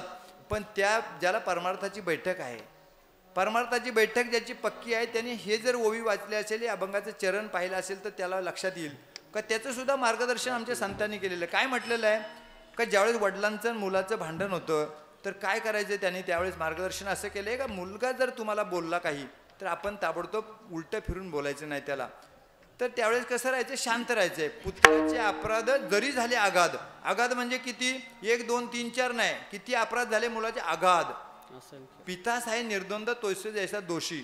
म्हणजे त्यामध्ये सांगतात माऊली का बाबा जसा एखादा न्यायालयाने एखाद्या गुन्हेगाराला शिक्षा ठोठावली आणि शिक्षा ठोठावल्यानंतर तो गुन्हेगार जसा चुपचाप का चिडीचाप तो शिक्षा भोगत असतो निमूटपणे, तशा पद्धतीने वडिलांनी शांत राहायचे. का शांत राहायचे, माऊली सांगतात का तसं तो जनरेशन गॅप त्याला आपण म्हणतो, काय म्हणतो, एका पिढीतलं अंतर बनत असतो त्याला. आपल्या सर्वांना माहिती आहे असं संतांच्या जीवनात पण झालेलं आहे. नाथ महाराजांच्या जीवनात तर झालेल्याच आहे. तुमच्या जिल्ह्यातलंच जे जवळचे संत आहेत तुम्हाला माहिती आहे. कारण नाथांचा एक मुलगा होता हरिपंडित नावाचा, सर्वांना ज्ञात आहे तो दृष्टांत. हरिपंडित काय झालं, हरिपंडिताला आवडलं नाही, नाथांचं वर्तन आवडलं नाही, नाथांचं आणि त्यांचे वाद व्हायला लागले. का तर म्हणे नाथ महाराजांना ते का म्हटलं, त्यांना शिक्षणाला कुठे पाठवलं होतं, हरीला वाराणसीला पाठवलं होतं. 4 वर्षाचा अभ्यासक्रम पूर्ण करून तो पंडित होऊन ज्यावेळेस पैठणला आला तो बाबांना नाथांना म्हणाला, बाबा आता तुम्ही तुमचं कीर्तन बंद करा. अरे बाबा म्हणे हरी, ह्या श्रोत्यांशी माझी नाळ जुळलेली आहे हृदयाची, अचानक तू कशी काय तोडतोस. 15 दिवस तू कीर्तन कर, 15 दिवस मी कीर्तन करेल का, तू एकादशीला कर, मी दुसऱ्या शुक्ल एकादशीला मी करेल. पण तो काय म्हटला, मी आता पंडित झालेलो आहे त्यामुळे मीच सर्व कीर्तन करणार. ते म्हणे शक्य नाही बाबा, एक कोलार असेल, तुमचं शिर्डी असेल, राहता असेल, ह्या भागात जेवढे काही आमचे जे काही साधक आहेत माझ्याशी जिव्हाळ्याने जुळलेले, त्यांना लगेच ताटातूट कशी करतो. आणि ज्यावेळी त्यांचा वाद विकोबाला गेला, मग ते घरामध्ये 3च व्यक्ती होत्या, एक गिरिजाताई होत्या, एक हरिपंडित आणि एक नाथ महाराज. मग ज्यावेळेस मुलाचं आणि वडिलांचं भांडण होतं, आई काय करते, कुणाची बाजू घेते? मुलाची घेते का वडिलांची घेते? मुलाची घेते ना. मग गिरिजाताई त्याला काय अपवाद आहेत का? त्या पण तुमच्यासारख्या सर्वसामान्य माता होत्या. त्यांनी हरीची बाजू घेतली. नाथांना त्यांनी डाटलं, तुम्ही एवढ्या आयुष्यभर कीर्तनं केली ना, आता पोराला संधी द्या, गप्प बसा ना थोडं. मग नाथ महाराज चुप बसले आणि मग हरिपंडिताचे कीर्तनं सुरू झाले. मूळ मुद्दा सांगत होतो का तिथं शांत का बसायचं. त्यावेळेस हरिपंडिताचे कीर्तन सुरू झाले. हरिपंडिताचे कीर्तन संस्कृत उद्भव होतं. नाथांचे कीर्तन मराठमोळ्या भाषेमध्ये अगदी त्यात गोडवा होता आणि गोडवा कीर्तन असलेल्या श्रोत्यांना ती सवय लागली होती. आणि सवय लागल्यानंतर मग त्यांनी ते कीर्तन सुरू झाल्यानंतर पहिल्यांदा 700 श्रोते, म्हणजे त्यावेळेचे 700 बघा, 600-700 श्रोते नाथांच्या कीर्तनाला असायचे. म्हणजे आताचे 6 लाख 7 लाख म्हणा लागले ते एवढे मोठे. आणि त्यातले काय झालं, 700चे नंतर 500 यायला लागले, 500चे 400 झाले, 400चे 300 झाले. कारण ते संस्कृतमध्ये कीर्तन असायचं. निम्मपेक्षा जास्त कीर्तन संस्कृतमध्ये असायचं हरिपंडिताचं. शेवटी 50 श्रोते यायला राहायला लागले. मग हरिपंडिताला चूक कळली आणि मग त्यांनी नाथांच्या चरणी लोटांगण घातलं किंवा त्यांची माफी मागितली. म्हणजे त्या प्रमाणामध्ये तिथे सांगितलं जातंय का बाबा तुम्ही त्यावेळेस वडिलांनी काय करायचं, शांत राहायचंय. शांत राहिल्यानंतर काही ज्यावेळेस काळ जाईल, काळामध्ये मुलाला कळेल का वडिलांनी प्रपंच करत असताना चिमटा घेऊन माझ्यासाठी काय काय कष्ट केले, त्याला थोडा काळ जाऊ द्या. त्या क्षणाला फक्त तुम्ही शांत राहायचं. हे आमचं संत साहित्य सांगते. ठल विठल विठल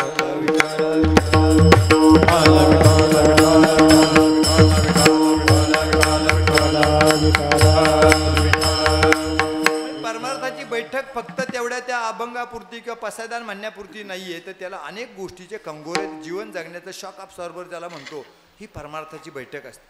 इतकंच कशाला दुसरं म्हणतो आपण मुलांवर तर आपण प्रेम करत असतो. पण संत साहित्य काय सांगते आमचं, तुकोबाराय फार सुंदर शब्दात वर्णन करतात का बाबा तुम्ही मुलांवरती प्रेम करा परंतु मुलांचे लाड करू नका. कोण सांगते? संत तुकोबाराय सांगतात. काय सांगतात? त्यांचं दृष्टांत आहे ना, त्याच्या पाठीमागे प्रमाण आहे त्यांचं. का बा त्यांनी म्हटले, शुके नळिकेशे गोविले पाये विसरूनी जाये पंख दोन्ही. तुकोबारायांचं प्रमाण आहे. तुकोबाराय काय ती सुंदर वर्णन करतात बघा. प्रेम करावे पण लाड करू नये. आपल्याला वाटते प्रेम आणि लाड दोन्ही सारखं आहे. संत साहित्यात सांगितलेलं का प्रेम आणि लाड हे विरोधी गोष्टी आहेत, त्याच्यामध्ये फरक आहे. काय पायाभूत फरक आहे? त्यांनी सांगितले मुलांवरती प्रेम करा ना प्रेम, परंतु लाड करू नका. तर का त्यांनी दृष्टांत दिलेलं तुकोबारायांनी, शुके नळिकेशे गोविले पाय विसरूनी जाये पंख दोन्ही. म्हणजे किती सुंदर दृष्टांत आहे पहा इकडे. का आपण एखादा आपल्याला पोपट आवडला म्हणून आपण पोपट विकत घेतो बाजारातून, त्याच्यासाठी पितळी पिंजरा खरेदी करतो. तुकोबारायांचा दृष्टांत त्या पितळी पिंजरा खरेदी केल्यानंतर त्या पोपटाला त्याच्यामध्ये ठेवतो. त्यात नळी असते, आडवी सुंदर अशी पितळी नळी असते. आणि त्याच्यामध्ये मग काय करतो आपण, तिथं पाणी देतो, त्याला तिथं पेरूची फोड देतो, त्याला डाळिंब तिथं देतो आणि त्या पोपटाबरोबर गोडगोड मिठ्ठू आपण बोलतो. तुकोबाराय म्हणतात का बाबा वर्ष झालं असं तुम्ही त्या पोपटाचे लाड पुरवताय. लाड पुरवल्यानंतर तुम्हाला एक दिवस असं वाटतं का बाबा आता एक दिवशी त्या पोपटाला मोकळ्या हवेत फिरवावं. मोकळ्या हवेत फिरवा म्हणून काय करतो आपण, आपल्या घरातला मुख्य दरवाजा बंद करतो आणि घरातला जो हॉल असतो तिथं त्या पोपटाने थोडं फिरावा इकडे तिकडे असं आपल्याला वाटत असतं. मग तुकोबारायांचं निरीक्षण बघा. आपण हे सर्व पाहत असतो पण आपण कधी असा अभंग लिहिला नाही का, त्याचं काही लिहिलं नाही. तुकोबाराय काय म्हणतात का ज्यावेळेस तुम्ही ते मुख्य दरवाजा बंद करता आणि पिंजऱ्याचा दरवाजा उघडता, तो पोपट बाहेर पडतो का? पडत नाही. तुकोबाराय म्हणतात मग काय करतो आपण, काठी घेतो, तिकडून टोच शुक कर, पण तो पोपट काय बाहेर पडत नाही. का पडत नाही? हे तुकोबारायांचं निरीक्षण आहे. तुकोबाराय म्हणतात त्या पोपटाच्या मनात एक अशी भीती असते का मी ही जी नळी आहे, ज्या नळीवर मी बसलेलो आहे, नळी जर सोडली तर मी काय करेल, खाली धपकन पडेल. असा धपकन पडतो का तो पोपट? पडत नसतो. त्याला भगवंताने त्याच्या पंखामध्ये आकाशामध्ये गगन भरारी मारण्याकरता इतकं बळ दिलेलं असतं. त्या बळाचं त्याला विस्मरण झालेलं असतं. कशामुळे विस्मरण झालं? त्या लाडामुळे. कारण त्याला तुम्ही ते पेरू देता, डाळिंब देता. उदाहरणार्थ बघा ना, आपली मुलगी आपल्याला ती जर उपवर झाली असेल, तिला जर लग्नाचं वय आलं असेल, तू म्हणते झोप बाळा, तुला पुढे नंतर सासू कशी मिळते, काय कशी मिळते, बाळा झोप, 9 वाजेपर्यंत 9:30 पर्यंत आपण झोपवतो. काय लाड आहे, हे प्रेम नाही म्हणत त्याला. त्याला काय म्हणतो आपण, लाड म्हणत असतो. म्हणून संत साहित्यामध्ये तुकाराम महाराज म्हणतात मुलांवरती प्रेम करा पण त्यांचे लाड करू नका. ठल विठल विठल विठल विठल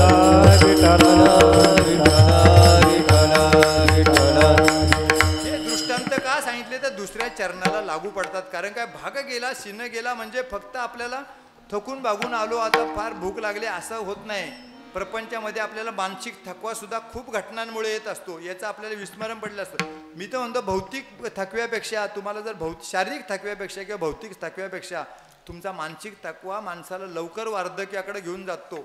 माणूस म्हणतो ना आपण चिंताशे घटे शरीर, म्हणजे चिंता जितकी माणसाला जास्त असते, बाहेरून माणूस खोटा खोटा गळ्यापासून वरती हसत असतो, आतमध्ये हृदयामध्ये तो खंगत खंगत असतो, त्याला मानसिक थकवा म्हणतो आपण. तसा मानसिक थकवा तुकोबाराने ते सांगितलं, भाग गेला शीन गेला.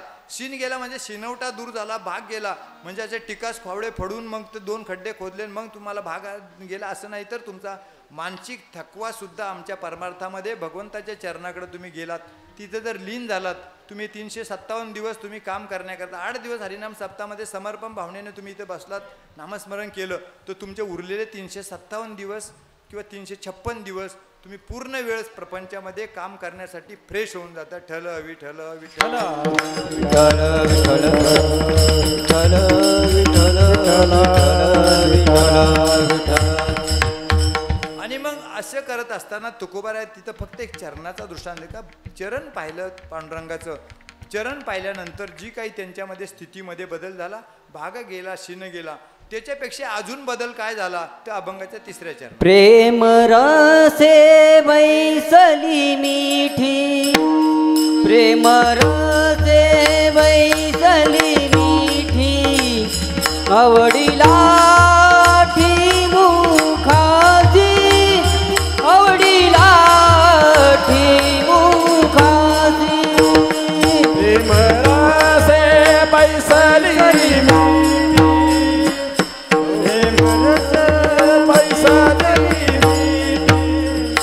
प्रेम रसे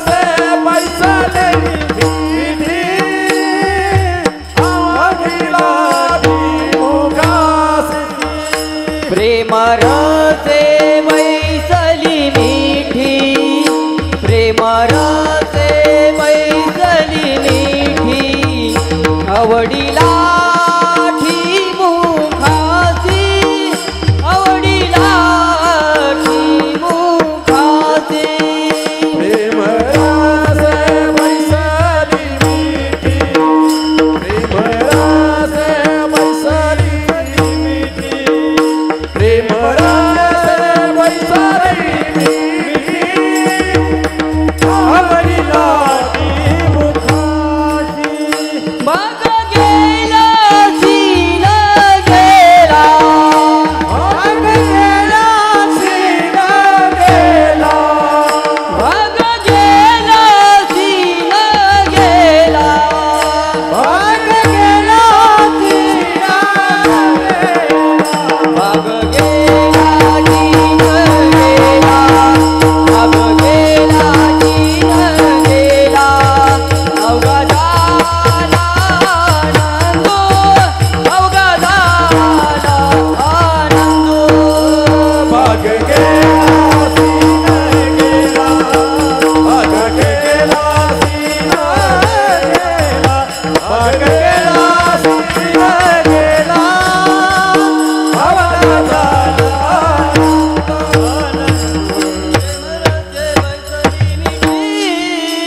अवघीला ठी मुखासी, आवडीला ठी मुखासी, आवडीला ठी मुखासी. प्रेम रसे बैसली मिठी, आवडीला ठी मुखासी, आवडीला ठी मुखासी, आवडीला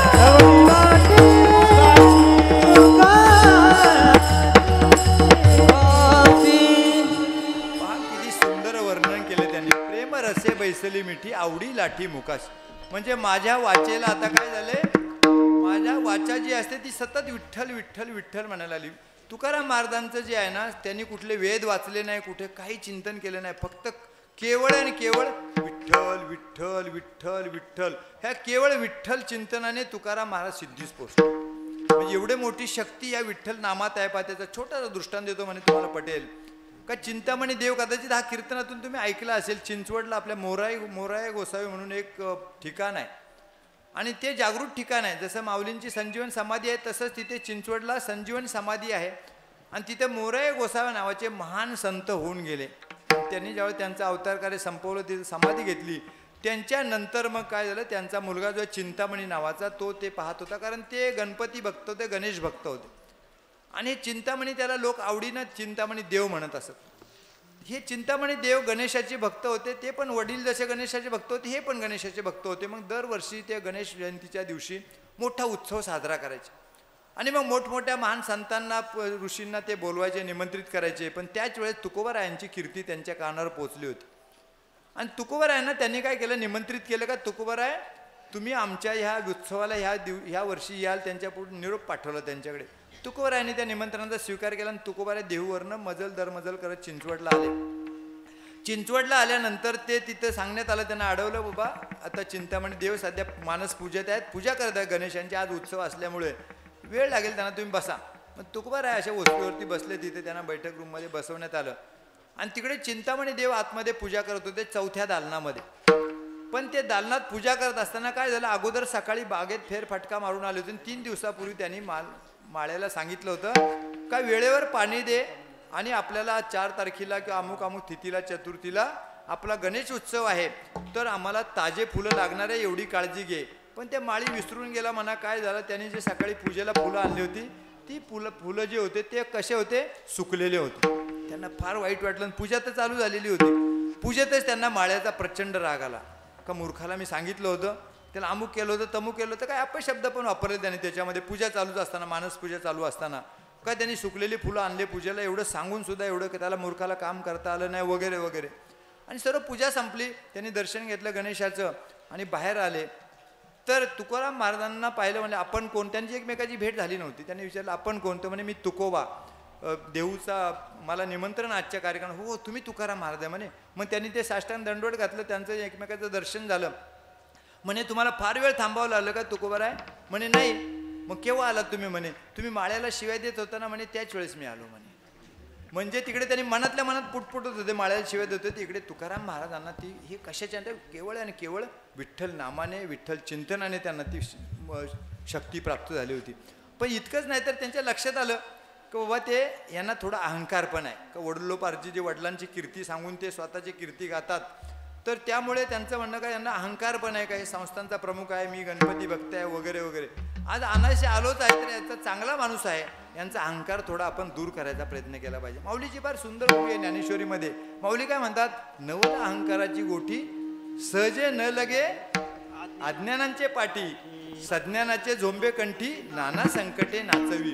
म्हणजे माऊलींचं किती निरीक्षण आहे पहा. माऊली म्हणतात का अहंकार जो आहे, जसा चिंतामणी देवांना थोडा अहंकार होता, सर माऊली म्हणतात का अहंकार जो आहे ना, अज्ञानी माणसांना फार शक्यतो त्याचा स्पर्श होत नाही.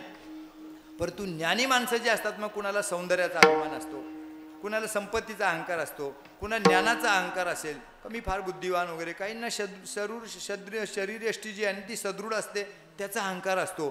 पण अशा रीतीने वेगळ्या प्रकारचे अहंकार माणसाला जोडतात. माऊली म्हणतात हा अहंकार जडला का मग काय होतं, ते पोखरून पोखरून पोखरून माणसाचं जे लयाला जात असतं. म्हणून मी कीर्तनातून नेहमी सांगतो का तुम्ही प्रत्येकाने आपणच एक लक्षात ठेवायचं तत्व का तुम्ही सरस्वतीचे भक्त व्हायचा प्रयत्न करा. मी माझ्या अनुभवावरनं सांगतो तुम्हाला, IQ माहितीच्या आधारे अजिबात सांगत नाही. तुकाराम महाराजांसारखंच किंवा हे माझा स्वतःचा अनुभव आहे. मी काय फार पट्टीचा कीर्तनकार का मोठा आरडाओरडा करणारा कीर्तनकार नाही. मी प्रशासनातला एक साधक आहे. का तर तुम्हाला सांगतो, माझ्याकडे गेले 38 वर्षे माझे काही हे राजीव वाघ माझे मित्र आहेत, आमचे शिवाजीराव माझे मित्र आहेत. तुम्ही डेप्युटी कलेक्टर कसं व्हावं, तहसीलदार कसं व्हावं, BDO कसं व्हावं, डेप्युटी कसं व्हावं, त्याचा मी डॉक्टर आहे आणि त्याचे क्लासेस आहेत. पण तुम्ही म्हणाल मग तिकडेच तुम्ही ते का नाही, तिकडे सध्या मी जे गव्हर्नमेंटची एक अकॅडमी आहे पुण्याला, जिथे IASचं प्रशिक्षण दिलं जातं, त्या IAS प्रशिक्षण केंद्राचा डायरेक्टर संचालक म्हणून मी आहे. मूळ मुद्दा सांगत होतो मी काय त्याच्या सांगण्यापेक्षा का तुम्ही सरस्वतीवर प्रेम करा, मुलांवर प्रेम करा, परंतु ते करत असताना तुम्ही लक्ष्मीवर अजिबात प्रेम करू. तुम्ही महाराज आम्ही कंगाल व्हायचं का? कंगाल होणार नाही तुम्ही. सरस्वती इथे स्थिर झाली का तुमची लक्ष्मी कुठे जात नाही तुम्हाला. कारण का लक्ष्मी चंचल आहे, आपल्या सर्वांना माहिती आहे. लक्ष्मी कोणत्या दरवाजाने येईल, कोणत्या दरवाजातून निघून जाईल हे तुम्हाला कळणार देखील नाही. आपल्याला मोठमोठी कुटुंब आपण पाहतो, उंचावर होते, वैभवशाली होते, ट्रॅक्टर होता, बंगला होता, अचानक लयाला कसे गेले ते. तर त्याला थोडं अहंकाराची बाधा होते. मूळ आपलं अहंकाराचं सांगत होतो तुम्हाला. अहंकाराची थोडी जरी बाधा झाली, म्हणून आपले नामदेव महाराज सांगतात ना, अहंकाराचा वारा न लागो राजसा माझ्या विष्णुदासा भाविक. म्हणजे नामदेव महाराजांसारखा महान संत आपल्याला सांगतो का माझ्या साधकांसाठी एक प्रार्थना आहे माझी, का अहंकाराचा थोडा देखील त्याला स्पर्श होऊ नये. मूळ मुद्दा मी सांगत होतो तुम्हाला, मुलांना तुम्ही काय करा, सरस्वतीचे भक्त करा. तुमची लक्ष्मी कुठे जात नाही, लक्ष्मीचा अजिबात काही प्रश्न येणार नाही. माझा नंबर आयोजकांकडे आहे. तुम्हाला कधी वाटलं बाबा आपल्याला स्पर्धा परीक्षेमध्ये कुणाला, मी तर शिवाजीराव यांना विनंती करेल का कीर्तनाचं आयोजन करण्यापेक्षा संपूर्ण पंचक्रोशीमध्ये बाबा तेथे स्पर्धा परीक्षा 5वी ते 10वीपर्यंत कोणत्या अभ्यासक्रमावर जोर दिला असता तुम्हाला स्पर्धा परीक्षेत त्याचा फायदा होऊ शकतो.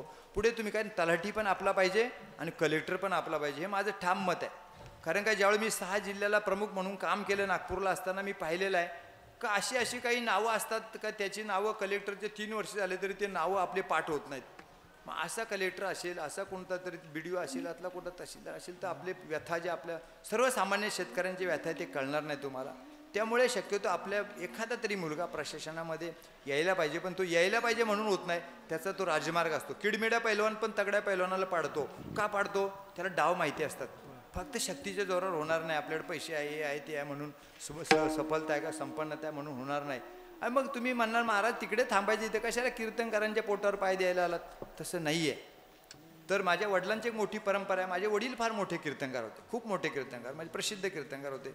आणि परंतु त्यांचं एक तत्व होतं. 10 वर्षापूर्वी मला सांगितलं, बाबा रे तू प्रशासनात आहेस बरोबर आहे, पण ह्या परमार्थाकडे आपल्या घरी टाळ आहेत, मृदुंग आहेत, एवढे 3-4 विणा आहेत आणि एवढी माझ्याकडे 1.5 लाखाची ग्रंथ संपदा आहे, ह्याचं कसं होणार? मी सांगितलं मला थोडं हळूहळू मला प्रेशर कमी होईल कामाचं, तसं मी वळेल. पण त्यांना म्हणे तू नारदाच्या गादीवर उभा राहा बाळा, परंतु 3 पथ्ये पाळले पाहिजे. एक तर कीर्तन वेळेवर सुरू करायचं, वेळेवर संपवायचं. दुसरं पंक्तीला जेवायचं, शक्यतो जिथे अन्नदानाची पंगत असते त्या पंक्तीलाच कीर्तनकारांनी बसलं पाहिजे. तिसरं का कधीही कीर्तनाचं किंवा प्रवचनाचं मानधन घ्यायचं नाही. मी त्यांना शब्द दिलाय का शेवटच्या श्वासापर्यंत मी भागवत धर्माची पताका माझ्या खांद्यावर घेऊन मी उंच ठेवेल, फडकवत ठेवेल, पण कधी कीर्तनाचं मानधन. आणि मग अशी का येथ वडील जे जे करती तया नामधर्म ठेवती. मी आतापर्यंत 10 वर्षामध्ये कधी 1 रुपया कुठल्या कीर्तनाचं प्रवचनाचं मानधन घेतलं नाही मी. का तर वडिलांना दिलेले शब्द आहे. येत वडील जे जे करती तया नामधर्म ठेवती. येर अनुष्ठुती सामान्य सकळ, किंवा पुढे गेले त्यांचा शोधित मार्ग, चला मागं जातं घेऊ आम्ही. म्हणजे हे आपले वडील म्हणजे काय फक्त आई वडील नव्हे, तर ज्येष्ठ मंडळी जी आहेत, ज्येष्ठ मंडळी ज्या मार्गाने गेलेले आहेत त्या मार्गाने आपण प्रवास करणं ही आपलं आद्य कर्तव्य. विठ्ठल विठ्ठल विठ्ठल.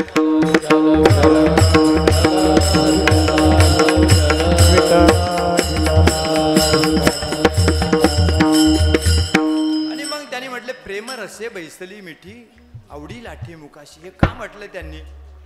का बाबा त्यांनी म्हटले का प्रेम रसे बैसली मिठी, म्हणजे बाबा त्यांनी म्हटले का भगवंतानी म्हटले का आमचं आता एकरूप झालेलं आहे. एकरूप कसं होतं पहा, म्हणजे भगवंताला एकदा तुम्ही भगवंताशी एकरूप झालात का तुमचं सर्व तुम्ही विसरून जाता आणि दोघांचा एक तादम्य भाव जो असतो तो एकरूप होत असतो. अशा प्रकारे तुमची ती स्थिती प्राप्त होत असते का प्रेम रसे बैसली मिठी, आणि ती स्थिती प्राप्त होते. ही स्थिती आपल्या जीवनात देखील प्राप्त व्हायला पाहिजे. नामसाधनेमधले काही 10 अडथळे आमच्या पद्मपुराणमध्ये दिलेले आहेत. पहा तुम्ही आता महिला इथे बसलात का तुमचं अर्भक असतं, म्हणजे मुलगा जो असतो का मुलगी असेल मुलगा असेल, जे अपत्य असतं त्या अपत्याचं आणि तुमचं नातं कसं होतं बघा. का त्या नात्याचा संबंध कशा, थोडक्यात मी तुम्हाला सांगतो. म्हणजे घड्याळ पुढे पळते, आपल्याला 4थ्या चरणाला अजून स्पर्श करायचा आहे. परंतु नाते कसं होतं बघा, ज्यावेळेस कुरुक्षेत्रावरती युद्ध आपल्याला सर्वांना माहिती आहे. मी मातृत्व सांगतो तुम्हाला का बाबा हे जसं भगवंत आणि भक्त यांचं नातं कसं एकरूप होतं 3ऱ्या चरणामध्ये त्यांनी सांगितलं, आणि 4थ्या चरणाचा सुद्धा तोच थोडा स्पर्श त्याला झालेला आहे. का त्याच्यामध्ये ज्यावेळेस कुरुक्षेत्र युद्ध चालू होतं आणि युद्ध चालू असताना अचानक अभिमन्यू तिथं धारातीर्थी पडतो. सर्वांना माहिती आहे, 6वा-7वा दिवस चालू होता युद्धाचा. आणि ज्यावेळेस अभिमन्यू धारातीर्थी पडला तर शंखध्वनी झाला. शंखध्वनी 2दाच वाजवला जायचा कुरुक्षेत्रावर, एकदा सूर्योदयाच्या वेळेस, एकदा सूर्यास्ताच्या वेळेस. सूर्योदयाला शंखध्वनी झाला का युद्धाला प्रारंभ व्हायचा, आणि सूर्यास्ताच्या वेळेस शंखध्वनी झाला तर काय व्हायचं, युद्धाला पूर्णविराम दिला जायचा.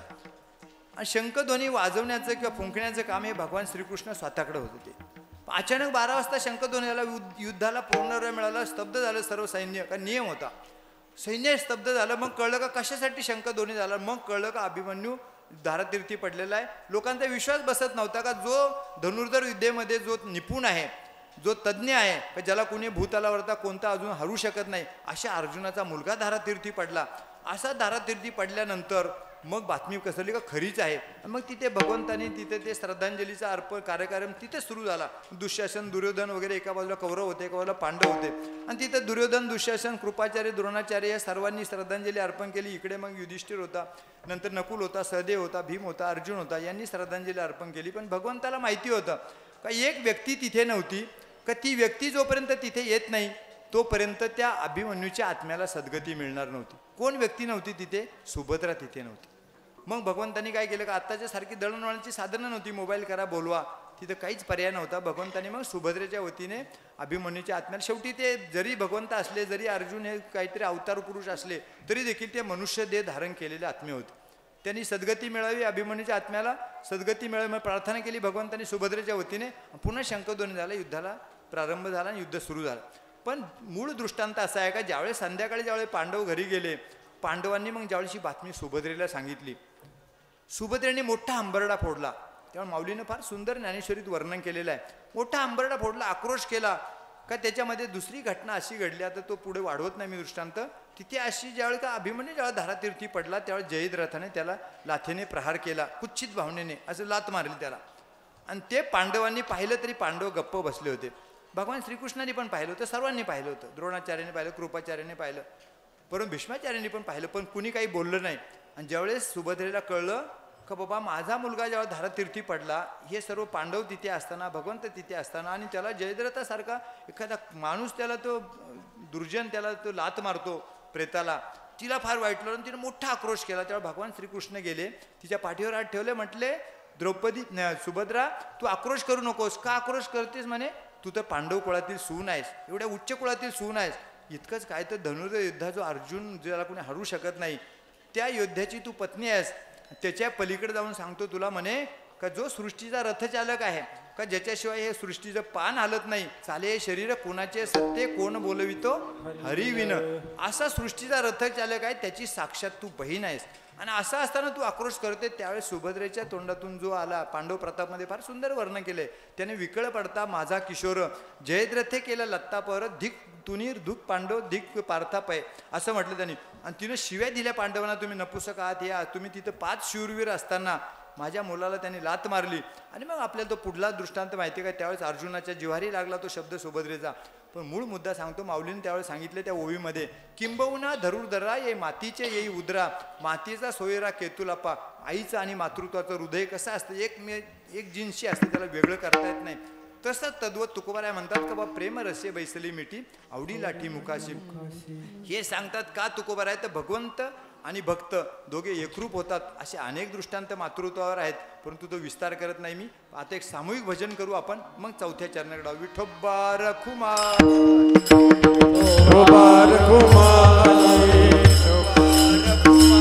जय जय गोपाल जय जय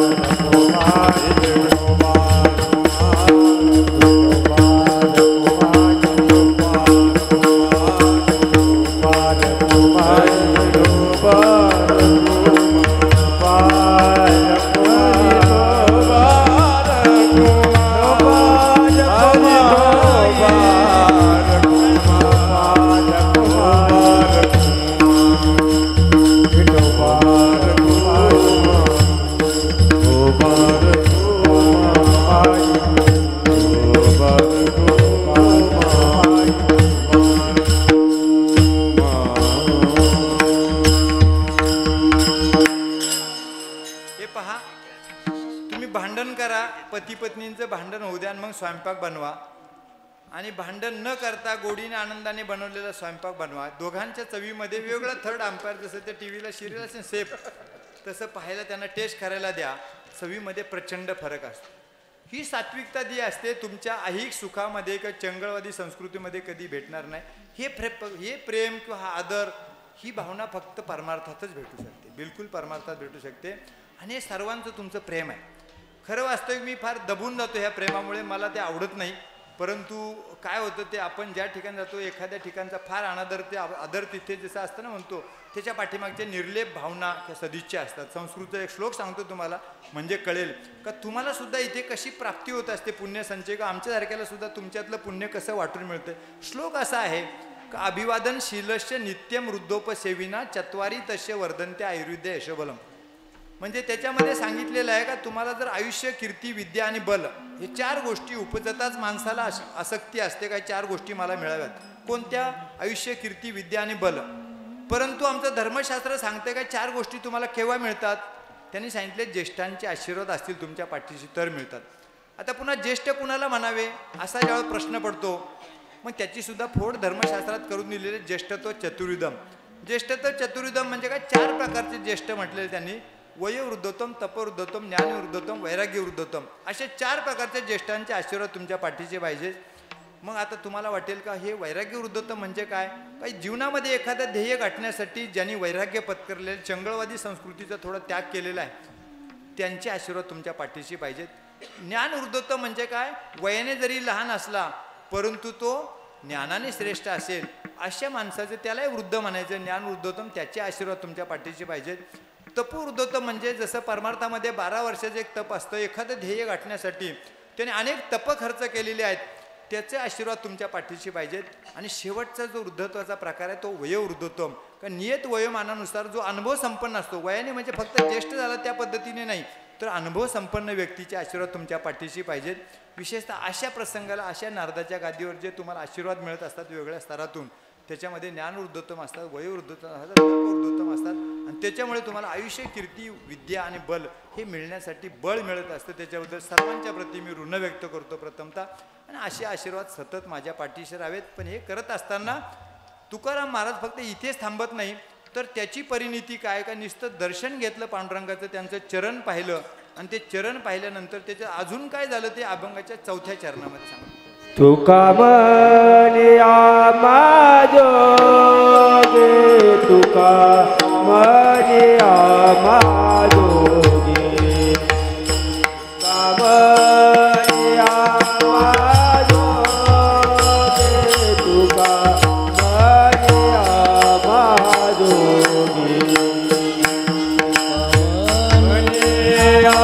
माझोगे,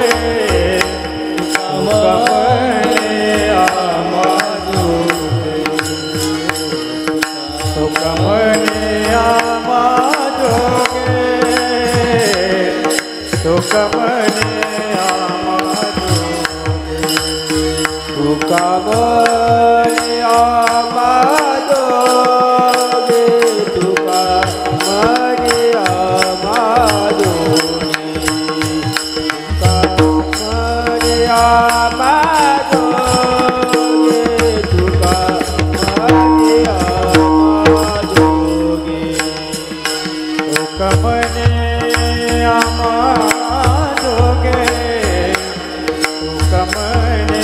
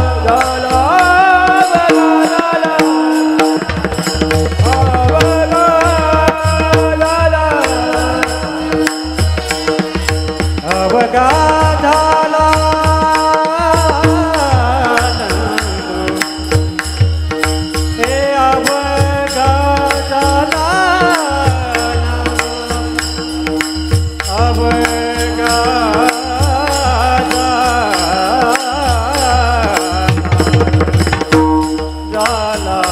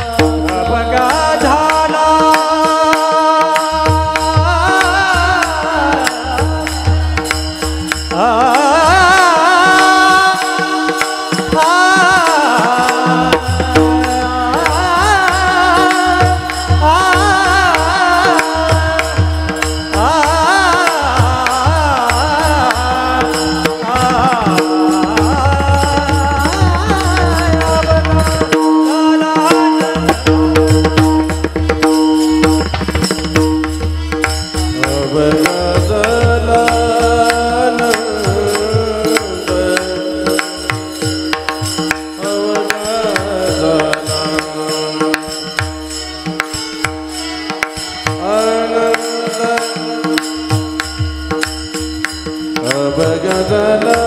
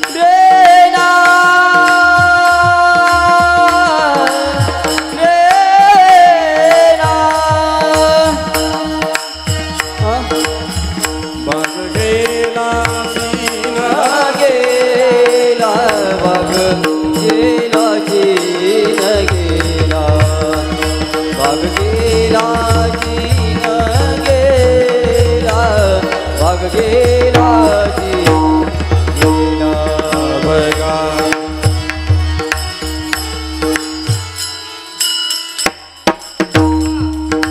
वाजवा सुनो सुनो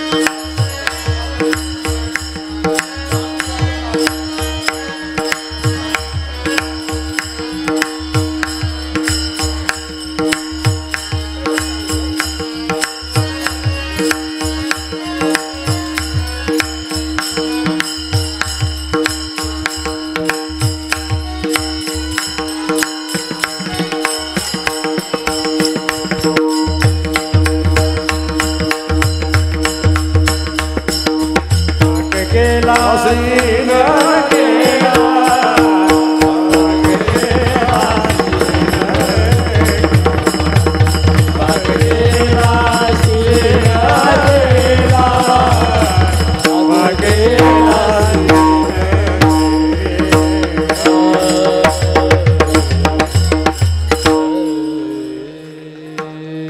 फार सुंदर भैरवी घेतली त्यांनी. पण निमज गावाचं कौतुक करत नाही मी, परंतु पहा अशी भैरवी सुरू झाली का निम्मे श्रोते मागचे लगेच उठायला सुरुवात करतात. नाही खरोखर शिस्तीचं पालन आहे. ज्ञानेश्वरीतल्या फक्त 2च ओव्या, कारण ज्ञानेश्वरी माझं फार प्रभुत्व, कारण माझं MA ला संत साहित्य विषय होता. जरी मी MSc असलो, MSc फॉरेस्ट्री असलो, 2दा MSc असलो, तरी देखील MA संत साहित्यात केलं, MA तत्त्वज्ञान पण मी केलं. MA तत्त्वज्ञान का MA संत साहित्य करत असताना माऊलीच्या 2 ओव्या ज्या आहेत त्या कीर्तनकाराला लागू पडतात आणि तुम्हाला पण लागू पडतात. तुम्ही कुठे पाहुणे गेले तर ती काय करायला पाहिजे त्याची ओवी जी आहे ती मला पण लागू पडते. माऊलीची ओवी आहे, जाणतेने तव तन्वेची जीवे अंगा अपकीर्ती नापवे सांगबा केव्हा निघावे येथून या. माऊली म्हणतात का तुम्ही एखाद्या ठिकाणी पाहुणा म्हणून गेलात तर किती दिवस थांबावं तिथे, कधी निघावं त्याचं मार्गदर्शन माऊलीने केलेलं आहे. माऊली म्हणतात का जेव्हा डाळ पातळ व्हायला लागली, घरात भांड्यांचा आवाज व्हायला लागला, नवरा बायकोची कुजबूज सुरू झाली का समजायचं पाहुण्याने काय करायचं, आपली बॅग भरायला आता पाहिजे. हे आम्हाला पण लागू पडतं ना. ते जेव्हा चुळबुळ चुळबुळ सुरू आली समजायचं. आणि दुसरा भाग राहिला का आजच्या कीर्तनाचा सेवेचा जो मला काय तुम्ही लाभ दिला त्याची ज्ञानेश्वरीमध्ये सुंदर ओवी आहे. ब्रह्मरसाचे पारणे केले अर्जुना लागी नारायणे आम्ही औचित्य पाहुणं पातलो आम्ही, किंवा आम्ही अवसरे पाहुणं पातलो आम्ही. म्हणजे माऊली म्हणतात का बाबा ब्रह्मदेवाने किंवा देवाने भगवान श्रीकृष्णाने जे अर्जुनासाठी जे काही पारणं केलेलं आहे आणि ते पारणं केलेलं असताना आम्ही मनुष्य देह मिळाला म्हणून आम्हाला अचानक त्या ब्रह्मरसाची प्राप्ती आली. तसं आहे. तुमचा सप्ताह होणारच होता, चालूच होता, पण श्रावण महिना आहे, जन्माष्टमीचा सारखा पवित्र दिवस आहे. कालचा तुम्ही पहा, कालची 4 घटना घडल्या कालच्या दिवसामध्ये अध्यात्माच्या दृष्टिकोनातून. कोणत्या? एक तर आपला 79वा स्वातंत्र्य दिन होता का, जो 150 वर्ष आपण पारतंत्र्यात होतो, त्याच्यातून आपण बाहेर पडलो म्हणून आपण आनंदाने टाळ्या वाजवतो, इथे आनंदाने बसलेलो आहोत. आणि दुसरा भाग राहिला हा स्वातंत्र्य दिन होता. त्याचबरोबर ज्या महात्म्याने आपल्याला ज्ञानदेवे रचिला पाया उभारिले देवालया, भागवत धर्माची इमारत ज्या महात्म्याने उभी केली, ज्याचा पाया खोदला, मजबूत असा पाया केला का 750 वर्ष अजून त्या इमारतीला कुठे चिरा नाही, कुठे रंग गेला नाही, काही नाही, उलट अजून सुशोभित झाली. अशा प्रकारच्या माऊलींचा जन्मोत्सव होता. तिसरा भाग जो होता काय होता, हा, आणि त्याचबरोबर ज्ञानेश्वर महाराजांचा जन्मोत्सव आणि त्याचबरोबर भगवान श्रीकृष्णाचा जन्मोत्सव होता. मग एक संत अवतार झाला, एक देव अवतार झाला, आणि चौथी घटना जी होती ती का बाबा ज्ञानेश्वर महाराजांच्या आपण आळंदीला अनेक वेळा जातो. कार्तिकी एकादशीच्या दिवशी की अनेक गर्दीच्या वेळेस आपण फक्त कळसाचं दर्शन घेऊन येतो. हा जे कळसाचं दर्शन आपण घेऊन येत असतो तो काल सुवर्ण कळश बसवण्याचा सुवर्ण दिवस होता. अशा बघा 4 घटना घडल्या. अशा पवित्र कालावधीमध्ये तुमचा जो काय नामेदने आयोजित केलेला आहे तो होणारच होता. मी अनाहूतपणे आलेलो हा पाहुणा आहे आणि मला देखील तुमच्यातलं पुण्य थोडं मिळालं त्याबद्दल आयोजकांचे म्हणा निमज ग्रामस्थांचे म्हणा मी ऋण व्यक्त करतो. आणि मग झालेली सेवा तुमचं आराध्य दैवत जे भैरवनाथ असेल त्यांच्या चरणी असेल, पांडुरंगाच्या चरणी असेल, विशेषतः ज्यांच्यामुळं मी या गादीवर उभा आहे ते माझे वडील वैकुंठवासी मणिलाल काका का मोतीराम स्वामी कर्डेकर त्यांच्या चरणी अर्पण करतो. तुम्ही शांत चित्ताने एकदम ऐकलत. कारण काय बऱ्याच वेळा आपण सुनबाई नवीन आली काय थोडं रुजायला वेळ लागतो, तसं ती आहे घरामध्ये. तुम्ही मी नवीन असलो नवखा असलो तरी देखील तुम्ही सामावून घेतलं. विशेषतः सुंदर गायकांची साथ मला मिळाली. मृदुंग म्हणे मी तुम्हाला दुसरा मृदुंग का आणायला सांगितलं, मला 2 मृदुंग पाहिजे असा प्रतिष्ठेचा महाराज मी नाही आहे. पण तुम्ही इतक्या आवेशात वाजवत होते का फुटला तर बाबा दुसरा असावा. हो बरोबर आहे ना. अहो तुम्हाला माहीत नाही आज त्या फुटक्या मृदुंगावर आम्ही अर्ध कीर्तन केलेलं आहे. कारण तरुण असतात पोरं असे वाजवतात का ते विसरून जातात का एकच मृदुंग असलं तर करायचं काय म्हणून म्हटलं एकच आहे का मृदुंग, त्याने लगेच दुसरा आणून ठेवला. नाही पण चांगला मृदुंग म्हणी आहेत, अतिशय सुंदर त्याने गायन केलं. स्वर तर पेटीचा स्वर सांगायची काही गरज नाही. टाळकरी आहेत तुम्ही सर्व श्रोते आहात. तुमच्या चरणी मी माझी सेवा अर्पण करतो. माझ्या वाणीला पूर्ण राहून देतो. ज्ञानेश्वर